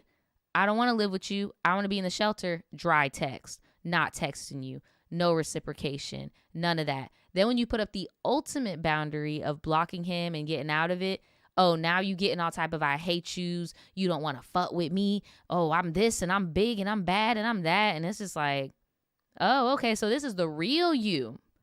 This is the real you. All right, all right. So yeah, y'all gotta be careful. Y'all gotta be careful for real. But if you guys have any advice, if any of you guys have been in the system, in the foster care system, and you've aged out, any life lessons that you've learned along the way that have been good to have in your toolbox, in your back pocket, that have helped you, maybe even I know for a fact, I could just off rip, I could tell, like, if you've gone through that, you might need help self-regulating because you're in survival mode all the time. Like, what are some things that you've done, and give them some advice, because it was just the blind leading the blind. Like, Mr. EV, how are you supposed to provide any type of support, emotional support, anything, when you yourself, you're right there? But all right, I'm going to move on to this next one because it's a little lengthy. This one is about working fast food. Y'all know I love work stories. I love call center stories, retail stories, fast food stories. So if you guys want to send in your stories from work, I would really love to hear about it. I really would. So this one is called Working Fast Food. Hey Naja, hey tribe, hey friend. So here's some things to know about me. I am an Aries. Shout out to all my Aries. I am bi, and I live in, let's just say you live in the South, friend. For the sake of legality, I will refer to the place I work at as BK. I wonder where that is. So to begin the story, I would like to contextualize how this specific BK was, okay? So the BK I worked at was located near a major highway, so it is very, very busy. At the time, the general manager was a grown married black man who was genuinely a good manager and knew how to get shit done. So the assistant manager was a 21-year-old white man who was also good at his job. The district leader was Dominican and chose when he wanted to be black. But anyway, he was colorist and also, oh my God, he is colorist and also a chomo. What? Because I'm not gonna lie to you, at first I was like, okay, we got black manager, white manager, why we gotta bring all this race into it? Because he's colorist and also a chomo. Where did they find him? The park?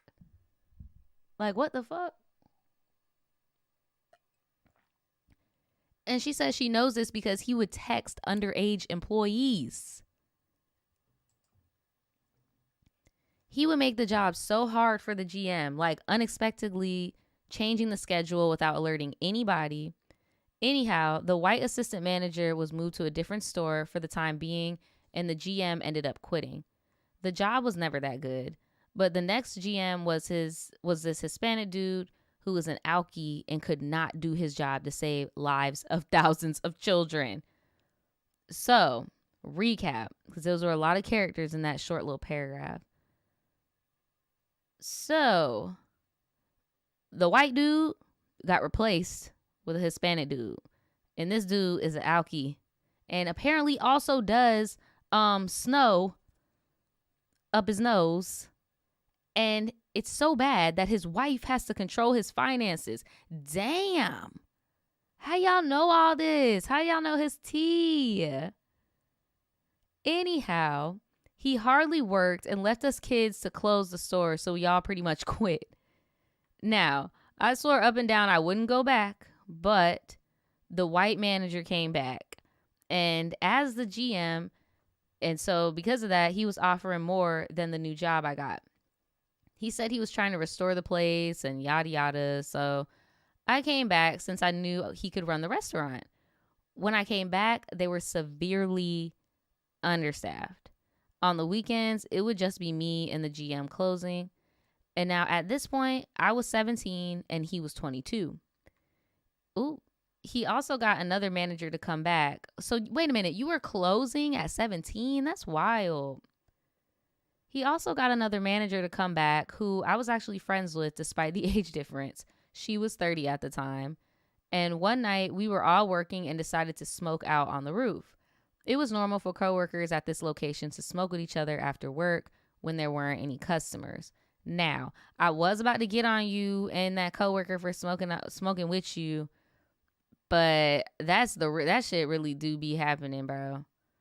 That shit really do be happening, bro. I remember being 18, freshly 18, smoking at the smoke section with somebody that's like 45. It's like, shoot, we both work here, dog. It is what it is. So we would just go there, talk about politics, talk about whatever, life in general. I wasn't friends with the white GM at this point, but after that night, we became good friends, or so I thought. We started hanging out after every shift, but it was never inappropriate. I don't know, friend. I don't think someone in their 30s should be hanging out. Or you said the GM. The GM's 22 and you're 17. Still don't think y'all should be hanging out. Even though it's not inappropriate, still don't think y'all should be hanging out. Kind of weird. We would literally just smoke and talk in his car. Girl, legally, you're not old enough to smoke. See, now it's getting weird. Because before, if you got caught with that cigarette, that's a BK lawsuit. Now when you get caught with that cigarette or whatever you smoking, that's a him problem. And you're in his car. This is already inappropriate. This is all. So we in the car talking. We both have we both have ADHD. And we both suspect that we may be autistic. Y'all need to get off TikTok. Y'all need to get off TikTok. We both had a lot of family problems, and we would both vent and laugh about our family members.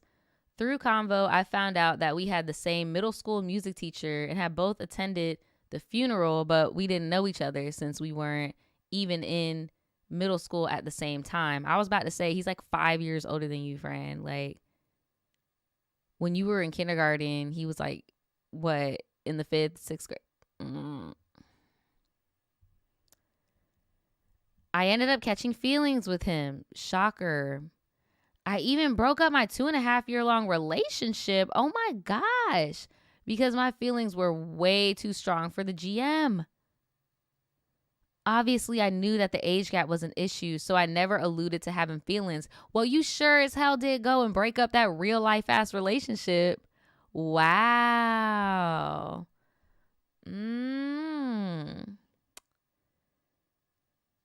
So when he got an apartment, so he's adulting for real. This dude's adulting for real, and you're 17 at the time.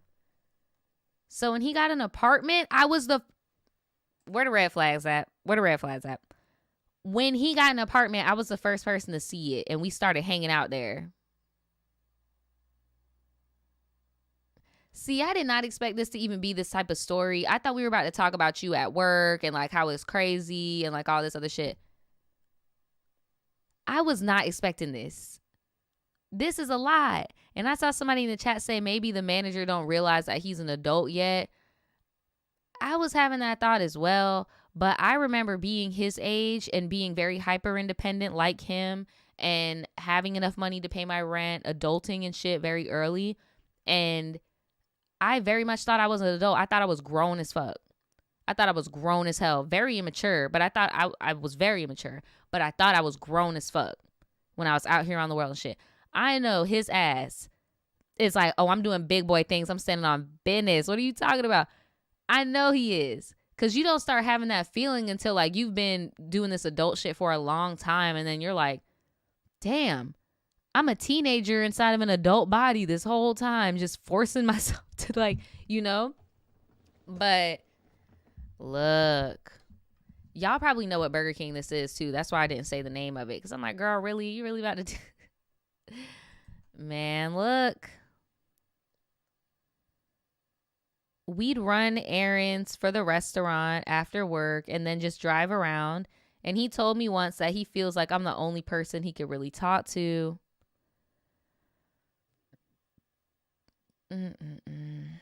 This went on for months.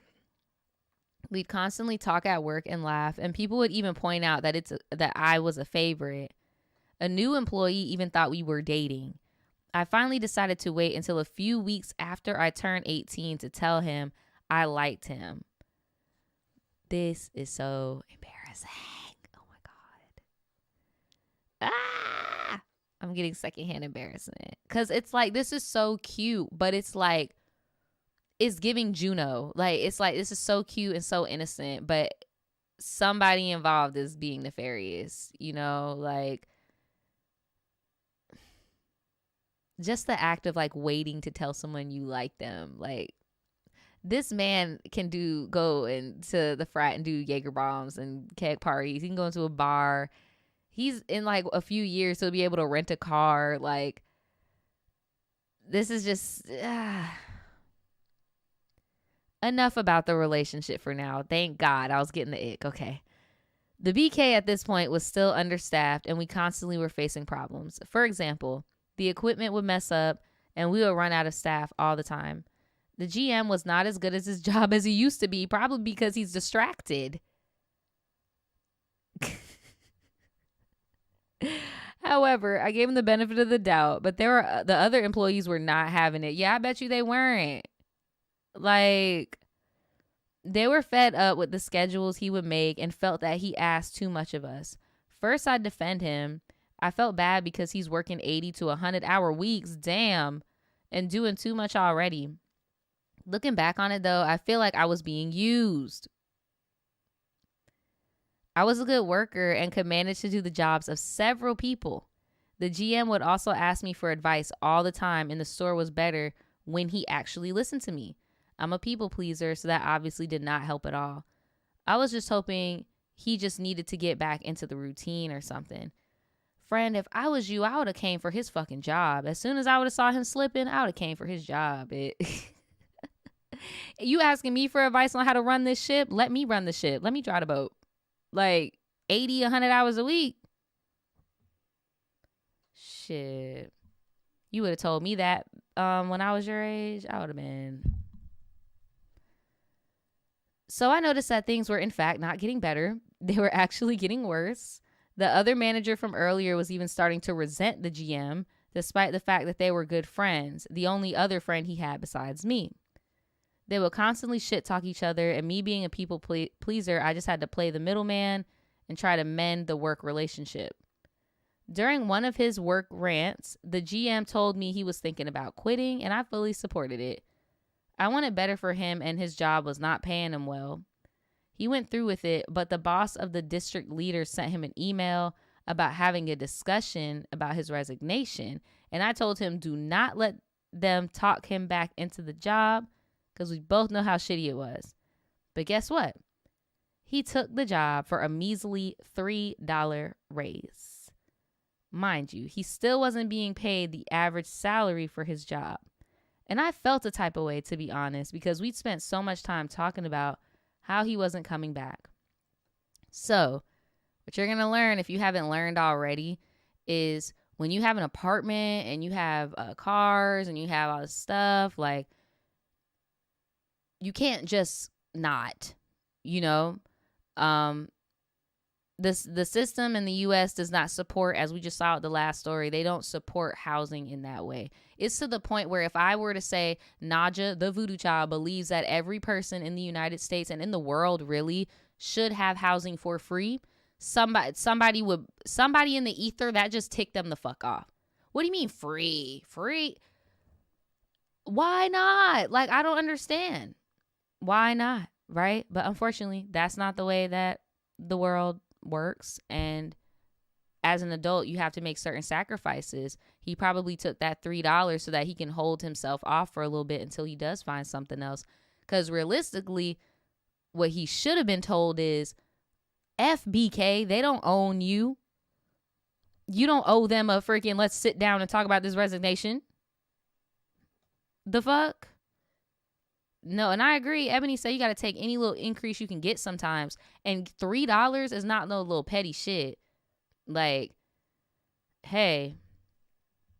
Anyhow, he took a 3-week mental health break, which we didn't speak to each other at all. When he came back, it almost felt like he was a different person. We weren't close, and he was becoming more strict with me and how he ran the store. It's probably because he's starting to realize his role within the store for real, for real. He talked to corporate. Like, I think it's starting to sink into him. This is probably going to be like my career with BK. Like, I can move up in within this company. And I don't think he wants to risk that by talking to a little hot piece of ass. I'm sorry to call you that, but let's keep it a buck. I don't think he want to risk it. And not trying to, tell you about yourself, but if you are autistic, you probably don't realize that a lot of the neurotypicals are seeing you guys as flirty, and he is the older creepy dude. And I think he's like, hey, I don't want to be known as that, so maybe that's why he's distancing himself from you. Sometimes we would be leaving at around 3 a.m. because of all the cleanup. And I even got emotional once and told him with tears in my eyes how I could not exploit the employees and refused to. And as per usual, when I raised concerns, he just said he would think about what I said. Yup, the corporate world's got him by the balls. I do not miss this type of shit. The other employees are really beginning to hate him. When I turned 18, I became the manager, and many employees did not like to work nights if I wasn't closing. This is because I never exploited people, and if we had to close early, we would close the fuck early, period. I also told the GM I liked him.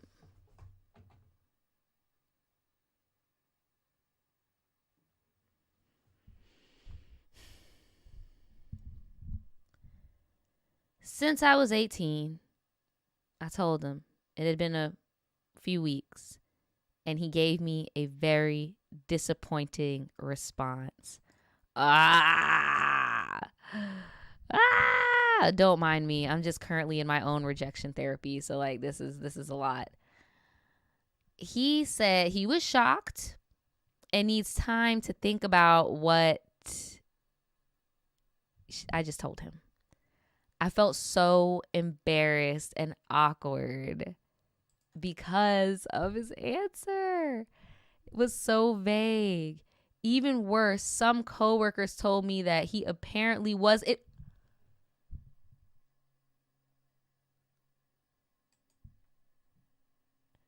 To make it worse, apparently some coworkers told me that he was involved with a male coworker that no longer works here. He wasn't even interested in you. He interested in the men's. What's even more shocking is that ex-coworker was 16. So yeah, definitely we clocked it. He has some type of little grooming shit. Because I don't know nobody who is just cool with chilling with a teenager in their apartment, in their car, and like smoking with them, drinking with them, doing illegal stuff. I'm not surprised that the boy was 16.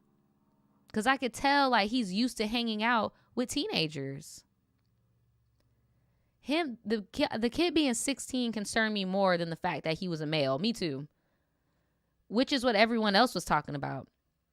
I didn't know what to think because he had denounced chomos in conversations before, including the chomo district leader, and no one had any proof at that point. So I felt like they were lying. We ended up going what I thought on was a date. What do you mean you thought he was lying? You're barely 18. You just turned 18 a few seconds ago. You're 1 year older than the 16-year-old. Girl, you're in danger, girl. You're in danger, girl. Wow. And I hated being young. That's that one thing where it's like, girl, so everybody's lying about the same thing. Okay. Everybody wants you to be unhappy. Okay.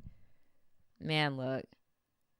He told me he had some feelings for me, which I responded, wow, you have half feelings for me. He said he couldn't put a percentage on it, but I thought it was strange. The whole situation was becoming too confusing.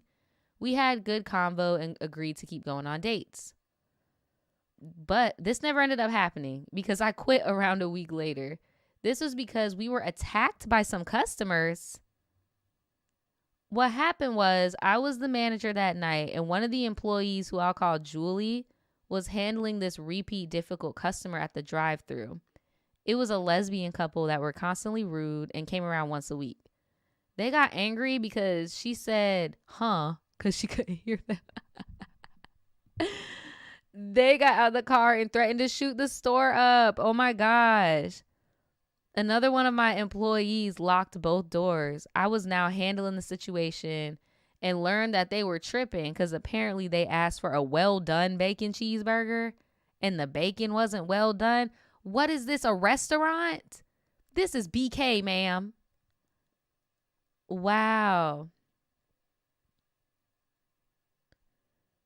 They're talking about we had to tell the police what happened.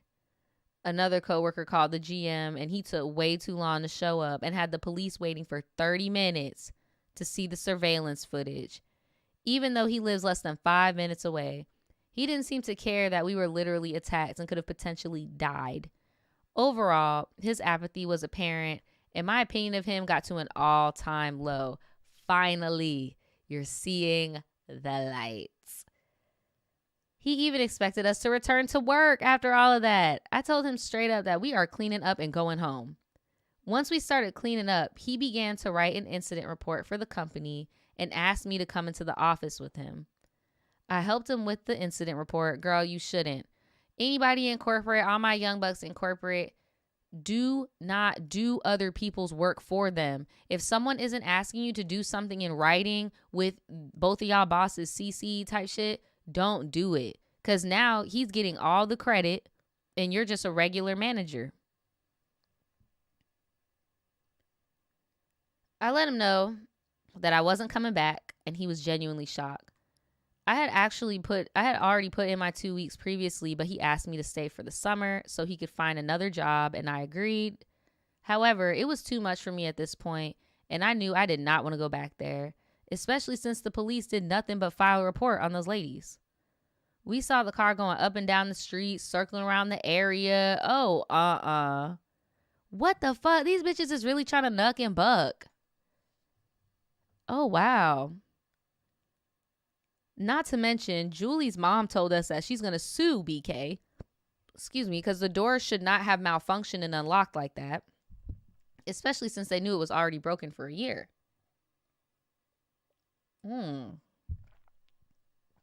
They said they got lawyers on the line. Damn. Anyhow, this tribe tea is long enough, so I'll just end it here. There are other crazy stories about this BK, but it's too much to add. Just like the other fast food places, that place was full of drama and toxicity. As for the guy, I sent him a text later on, but he never answered. I'm glad it didn't go anywhere with the GM, because dating someone who is willing to overwork employees is just not the move. How about any guy that's in a authority position, a higher role, willing to risk it all to date a hot piece of ass, a teenager? Nah, that's a red flag. That is the red flag. That is the red flag. Even you knowing that you had to wait a few weeks to even come up to him with your feelings so that he wouldn't get in trouble. Like, nah, he ain't it. That man ain't it. I know I don't want to go back there, blah, blah, blah. Not to mention, people are still telling me that he's talking inappropriately to a now 17-year-old. Weren't you 17? Like, look. And it's disgusting, which is true, which at this point, how much is being talked about? It probably is. It is. I think it's true. I'm doing much better now, though. I quit a couple months ago at this point, and I found a paying job, a good hourly rate. I know that's right, for less work. Damn, I was only getting paid $13.5 as a manager at BK. Damn. But yeah, I quit that job too, and I have another job that starts soon. I feel way less stressed, and my mental health has gotten better. I'm no longer concerned about the bitch ass GM, and I am now talking to other guys and girls safely, of course. I hope this was a good story, and hopefully I can make the chat well. Thank you so much for sending in your story. I really appreciate it. But yeah, dude, I definitely just go to work to go to work.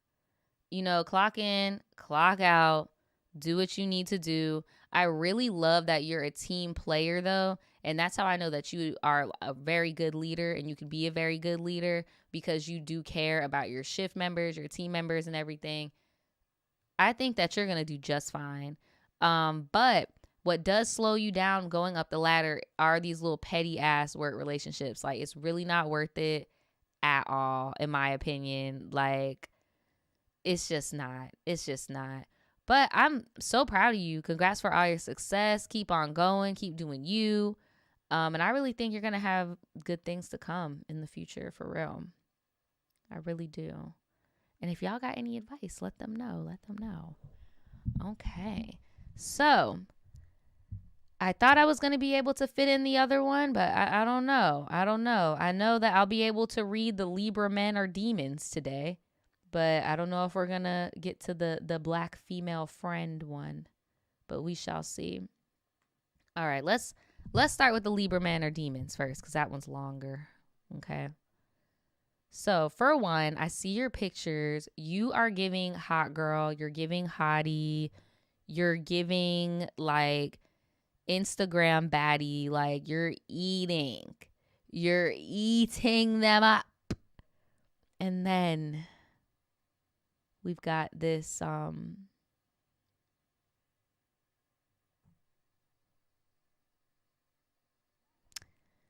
anyway, child. So Libra men are demons. Let's get into it. Hey, I just want to start off by saying I love your channel, and I've been watching your content ever since I was 14, and I am 20 now. Well, damn. Thank you so much for watching me. My little sis was goody. My pronouns are she, they. But anyway, let's get into the story. So this takes place at the beginning of 2023, and I matched with this dude on Tinder. He is 21. I know. Stay off of those apps, but a girly has needs. Child. Anyway, y'all ain't never heard of like the Rose or like the Hitachi or whatever. Like, y'all over here talking about needs. These men. Anyway, I only matched with him because it said he was a mechanic. That boy ain't no damn mechanic. I'm looking at him right now. That boy is not no mechanic. He look like he can't even lift a shovel or not a shovel. Girl. He looks like he cannot even lift a pair of scissors. Talking about a mechanic. What? No. He looks like he makes graphic t-shirts or something. He don't look like no damn mechanic. So we text for a week and eventually meet up for dinner. He was very quiet and awkward, which really turned me off. But since our text convos were good, I just gave it another chance. Especially since he said it takes him a minute to warm up, which I get. So fast forward, he ghosts me for a week. Damn. It was definitely the universe trying to get that man out of my life, but I ended up double texting him. He responds and everything is back to normal. Him keeping in touch with me, that is.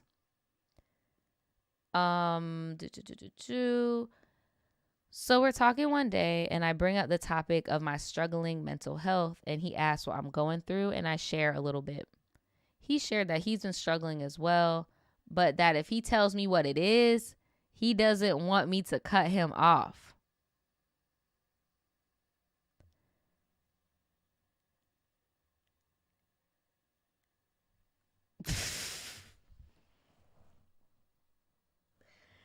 Yo, bruh, this sounds like a Libra man I know in real life. Y'all about to die. Y'all are about to die.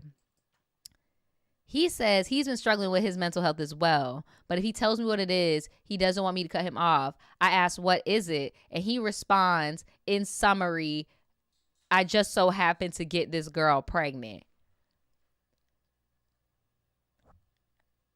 I didn't know that getting another girl pregnant was a mental illness. I didn't know that pregnancy was a male mental illness. I have learned something new today. I didn't know that a man can go into the Shrinky Dink's office and they can check off pregnancy. What? And I'm not gonna lie, he looks like he got a baby. Like, he looks like one of them one of them Hispanic couples in high school type shit that were fucking in middle school, shouldn't have been, and then now they pregnant junior, senior year. He looked like he had one of them stories. I could just look at him and tell. That's why I was like, mechanic. It's given hype beast. I sell Jordans. Like, I resell Jordans. I work at a t-shirt shop. I work at Foot Locker. Like, one of them curly hair Johns. You know, imagine if all this hair was gone. You know the boys where their hair just look like the front right here? Yeah, those. Not quite Edgar, but y'all know what I'm talking about. Right, male partum depression. Like, I did not know that y'all learn something new every day. Learn something new every day. Oh my gosh. And by the way, the person he got knocked up was his coworker. He got her pregnant in January, and he got her pregnant in January. And mind you, he's telling me about this in February. I immediately went off on this man at this point because he had me so messed up. And we had been talking for weeks. Oh, he's going to hell. And the crazy thing is like, this is not the first Libra I've come in my, like, first Libra man I've heard of them doing stuff like this. Like, no shade, but y'all might not want to get with them. Like, no shade. You might not want to get into no hetero relationship with no Libra man, girl. Like, cause child. And this is coming from somebody. I have multiple Libra men in my family. Like, I be seeing all these people go through it, bruh. It's not, wouldn't let you happen to me though. Not doing that shit. Till I almost threw my phone. Weeks is crazy. So you just nutted in a bitch raw a few weeks ago, and now you over here in my fucking face. You got some nerve. It's always them quiet looking ones too.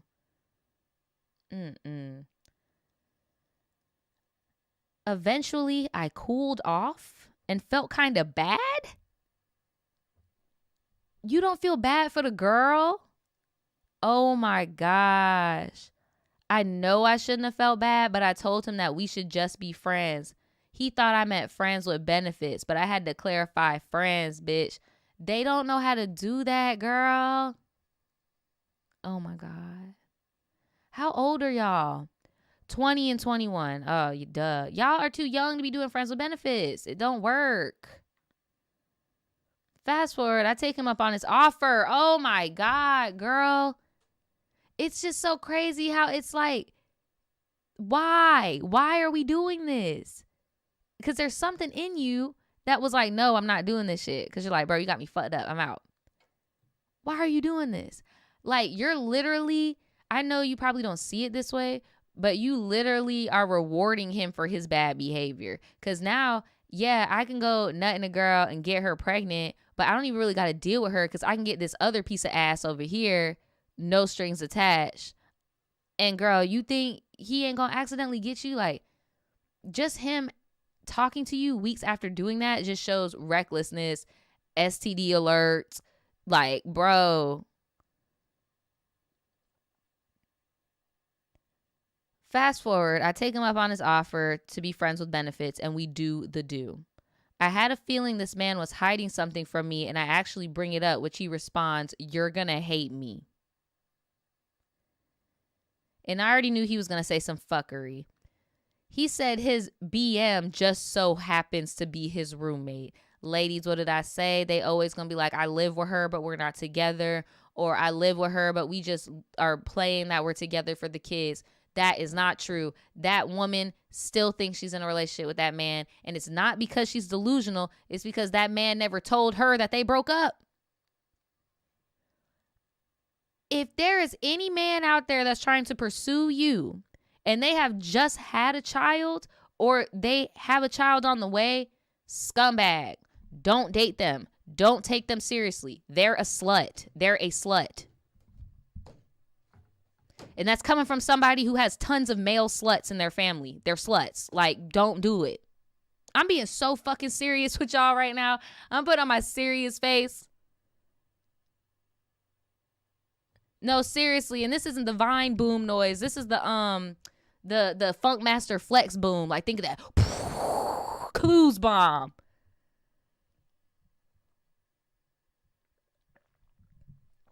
That's what it is. This man is a slut. He needs a condom and a straitjacket.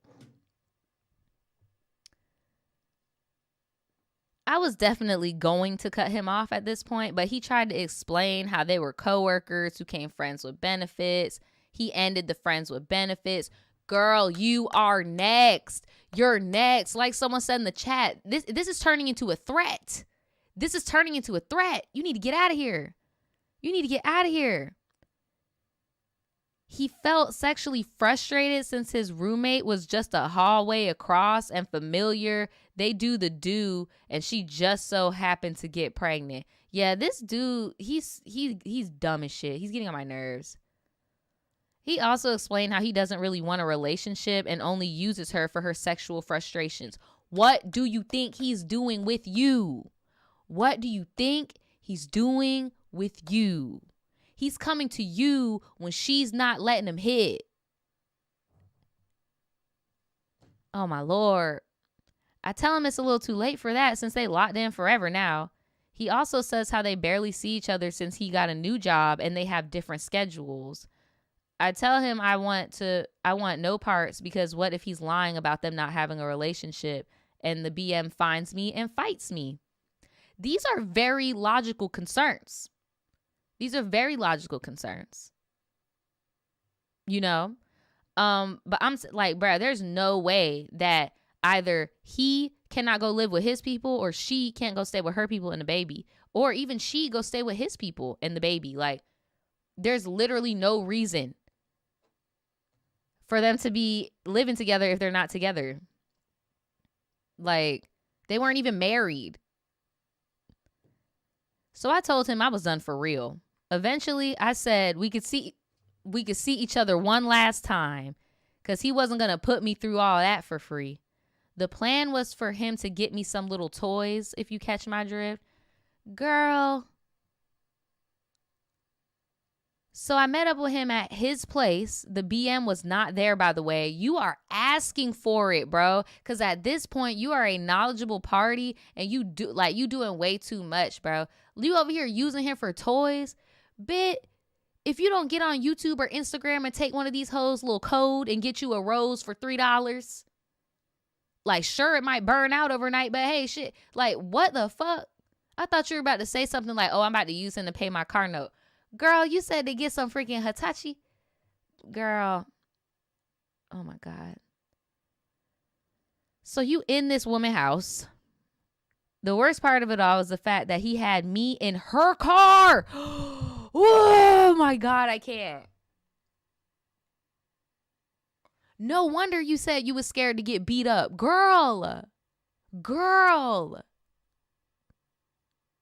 Because at this point, at first, it was like, no, he's in the wrong. He needs to get his ass whooped. Friend, you are in this woman's car and you're in her house.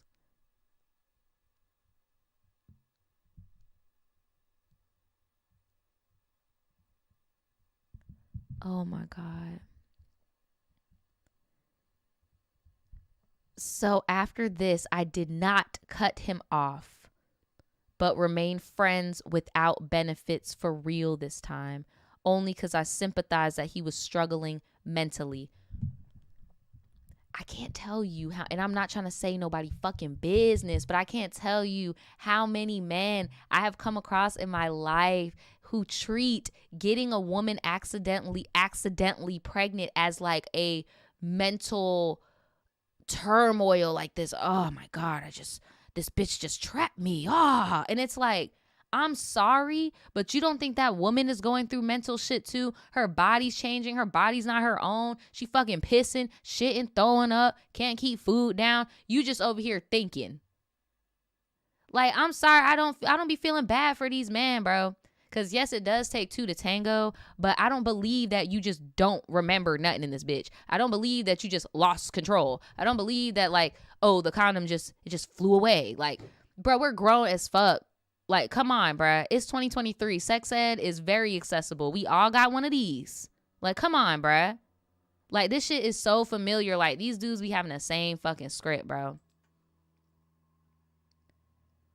So, fast forward one day, he calls me drunk. And I'm pissed because he's also driving. He talking about how he missed me. And I brushed it off. I said, I don't care. You shouldn't be driving drunk. Especially because you have a baby on the way. Not only that, but the fact that he's the one paying the bills since his BM lost her job. Bruh. He's saying, oh, are you going to be the one to give me a ride? Me? Of all people? Ask your BM, like, what's going on? A day later, he's put on leave from his job because he was stopped by the police because they suspected he was drinking and driving.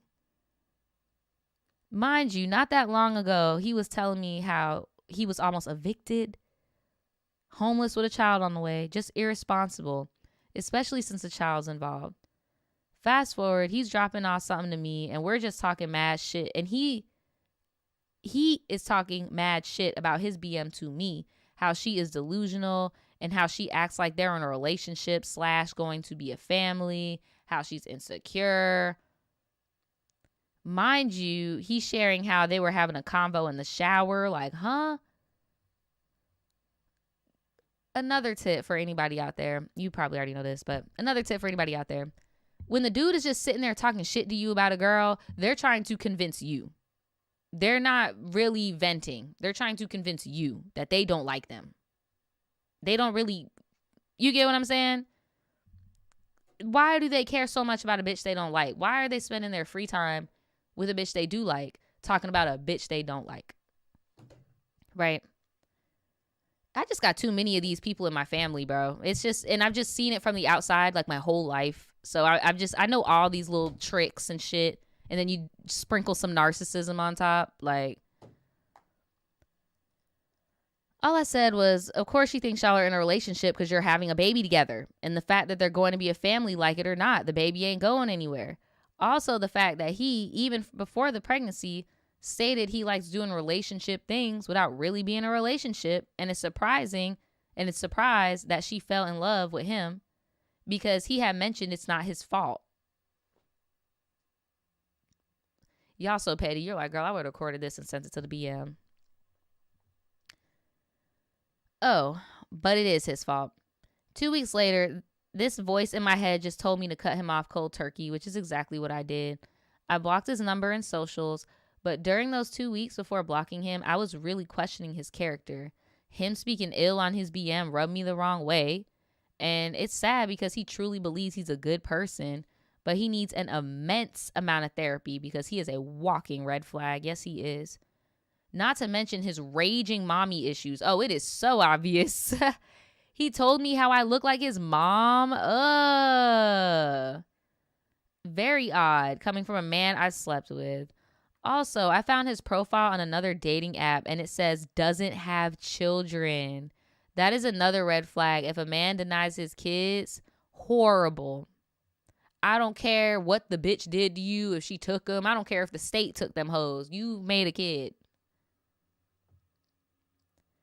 I pray that his son turns out nothing like him and his BM sees how much therapy this man needs. In the end, he's out of my life, which I'm glad about. I've been celibate for almost 6 months. Good for you. Wow. It's been much better for my mental health than messing with these trifling ass motherfuckers. By the way, I'm a Virgo sun, Scorpio moon, and rising. And he was a Libra sun, Gemini moon, and a Sag rising. Big red flag. Shoulda ran away. Yeah, you got it. That he is a walking red flag. No shade. And I am a Libra. I mean, not a Libra. I'm a Gemini myself. And I got to admit, he has a lot of slutty placements. He has a lot of slutty placements. But I'm surprised your Virgo ass stuck around for as long as you did. I'm not gonna lie. But it doesn't surprise me that now you're on like this serene celibate journey. But they said, sorry if this is too long. Here's some pics. I don't have any of that man no more other than this one, but thank you for reading. Keep doing your thing. The content just keeps getting better and better, and I can't wait to see what's in store. Well, thank you so much. I am so glad you're done messing with that man. I know you've learned so much, and that's low-key a blessing in disguise. That was like a crash course on fuckboyism. Like, he had every play in the book. Like, what the hell? Like, what the hell? His chart is literally screaming slut. It's funny. I'm just saying, like, that was a whirlwind. I'm glad that I got to fit that in towards the end. And I'm glad that you're in a better space.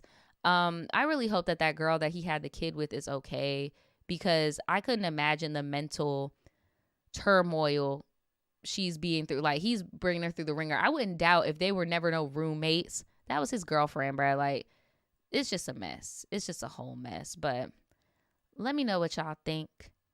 That is all I got today for the stories.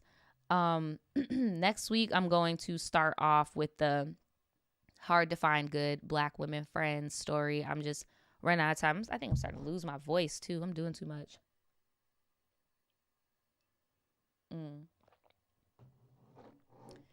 Y'all said I bet he looked like a Chico Beam. No, he doesn't. He looks like them boys on TikTok. Like, the little curly hair type. Them little curly biracial demons. I don't know. But that's all I got for y'all. Thank you so much, regardless of what platform you're on, for watching me. And yes, stay tuned for next week. I'm going to be starting off with that story. So yeah.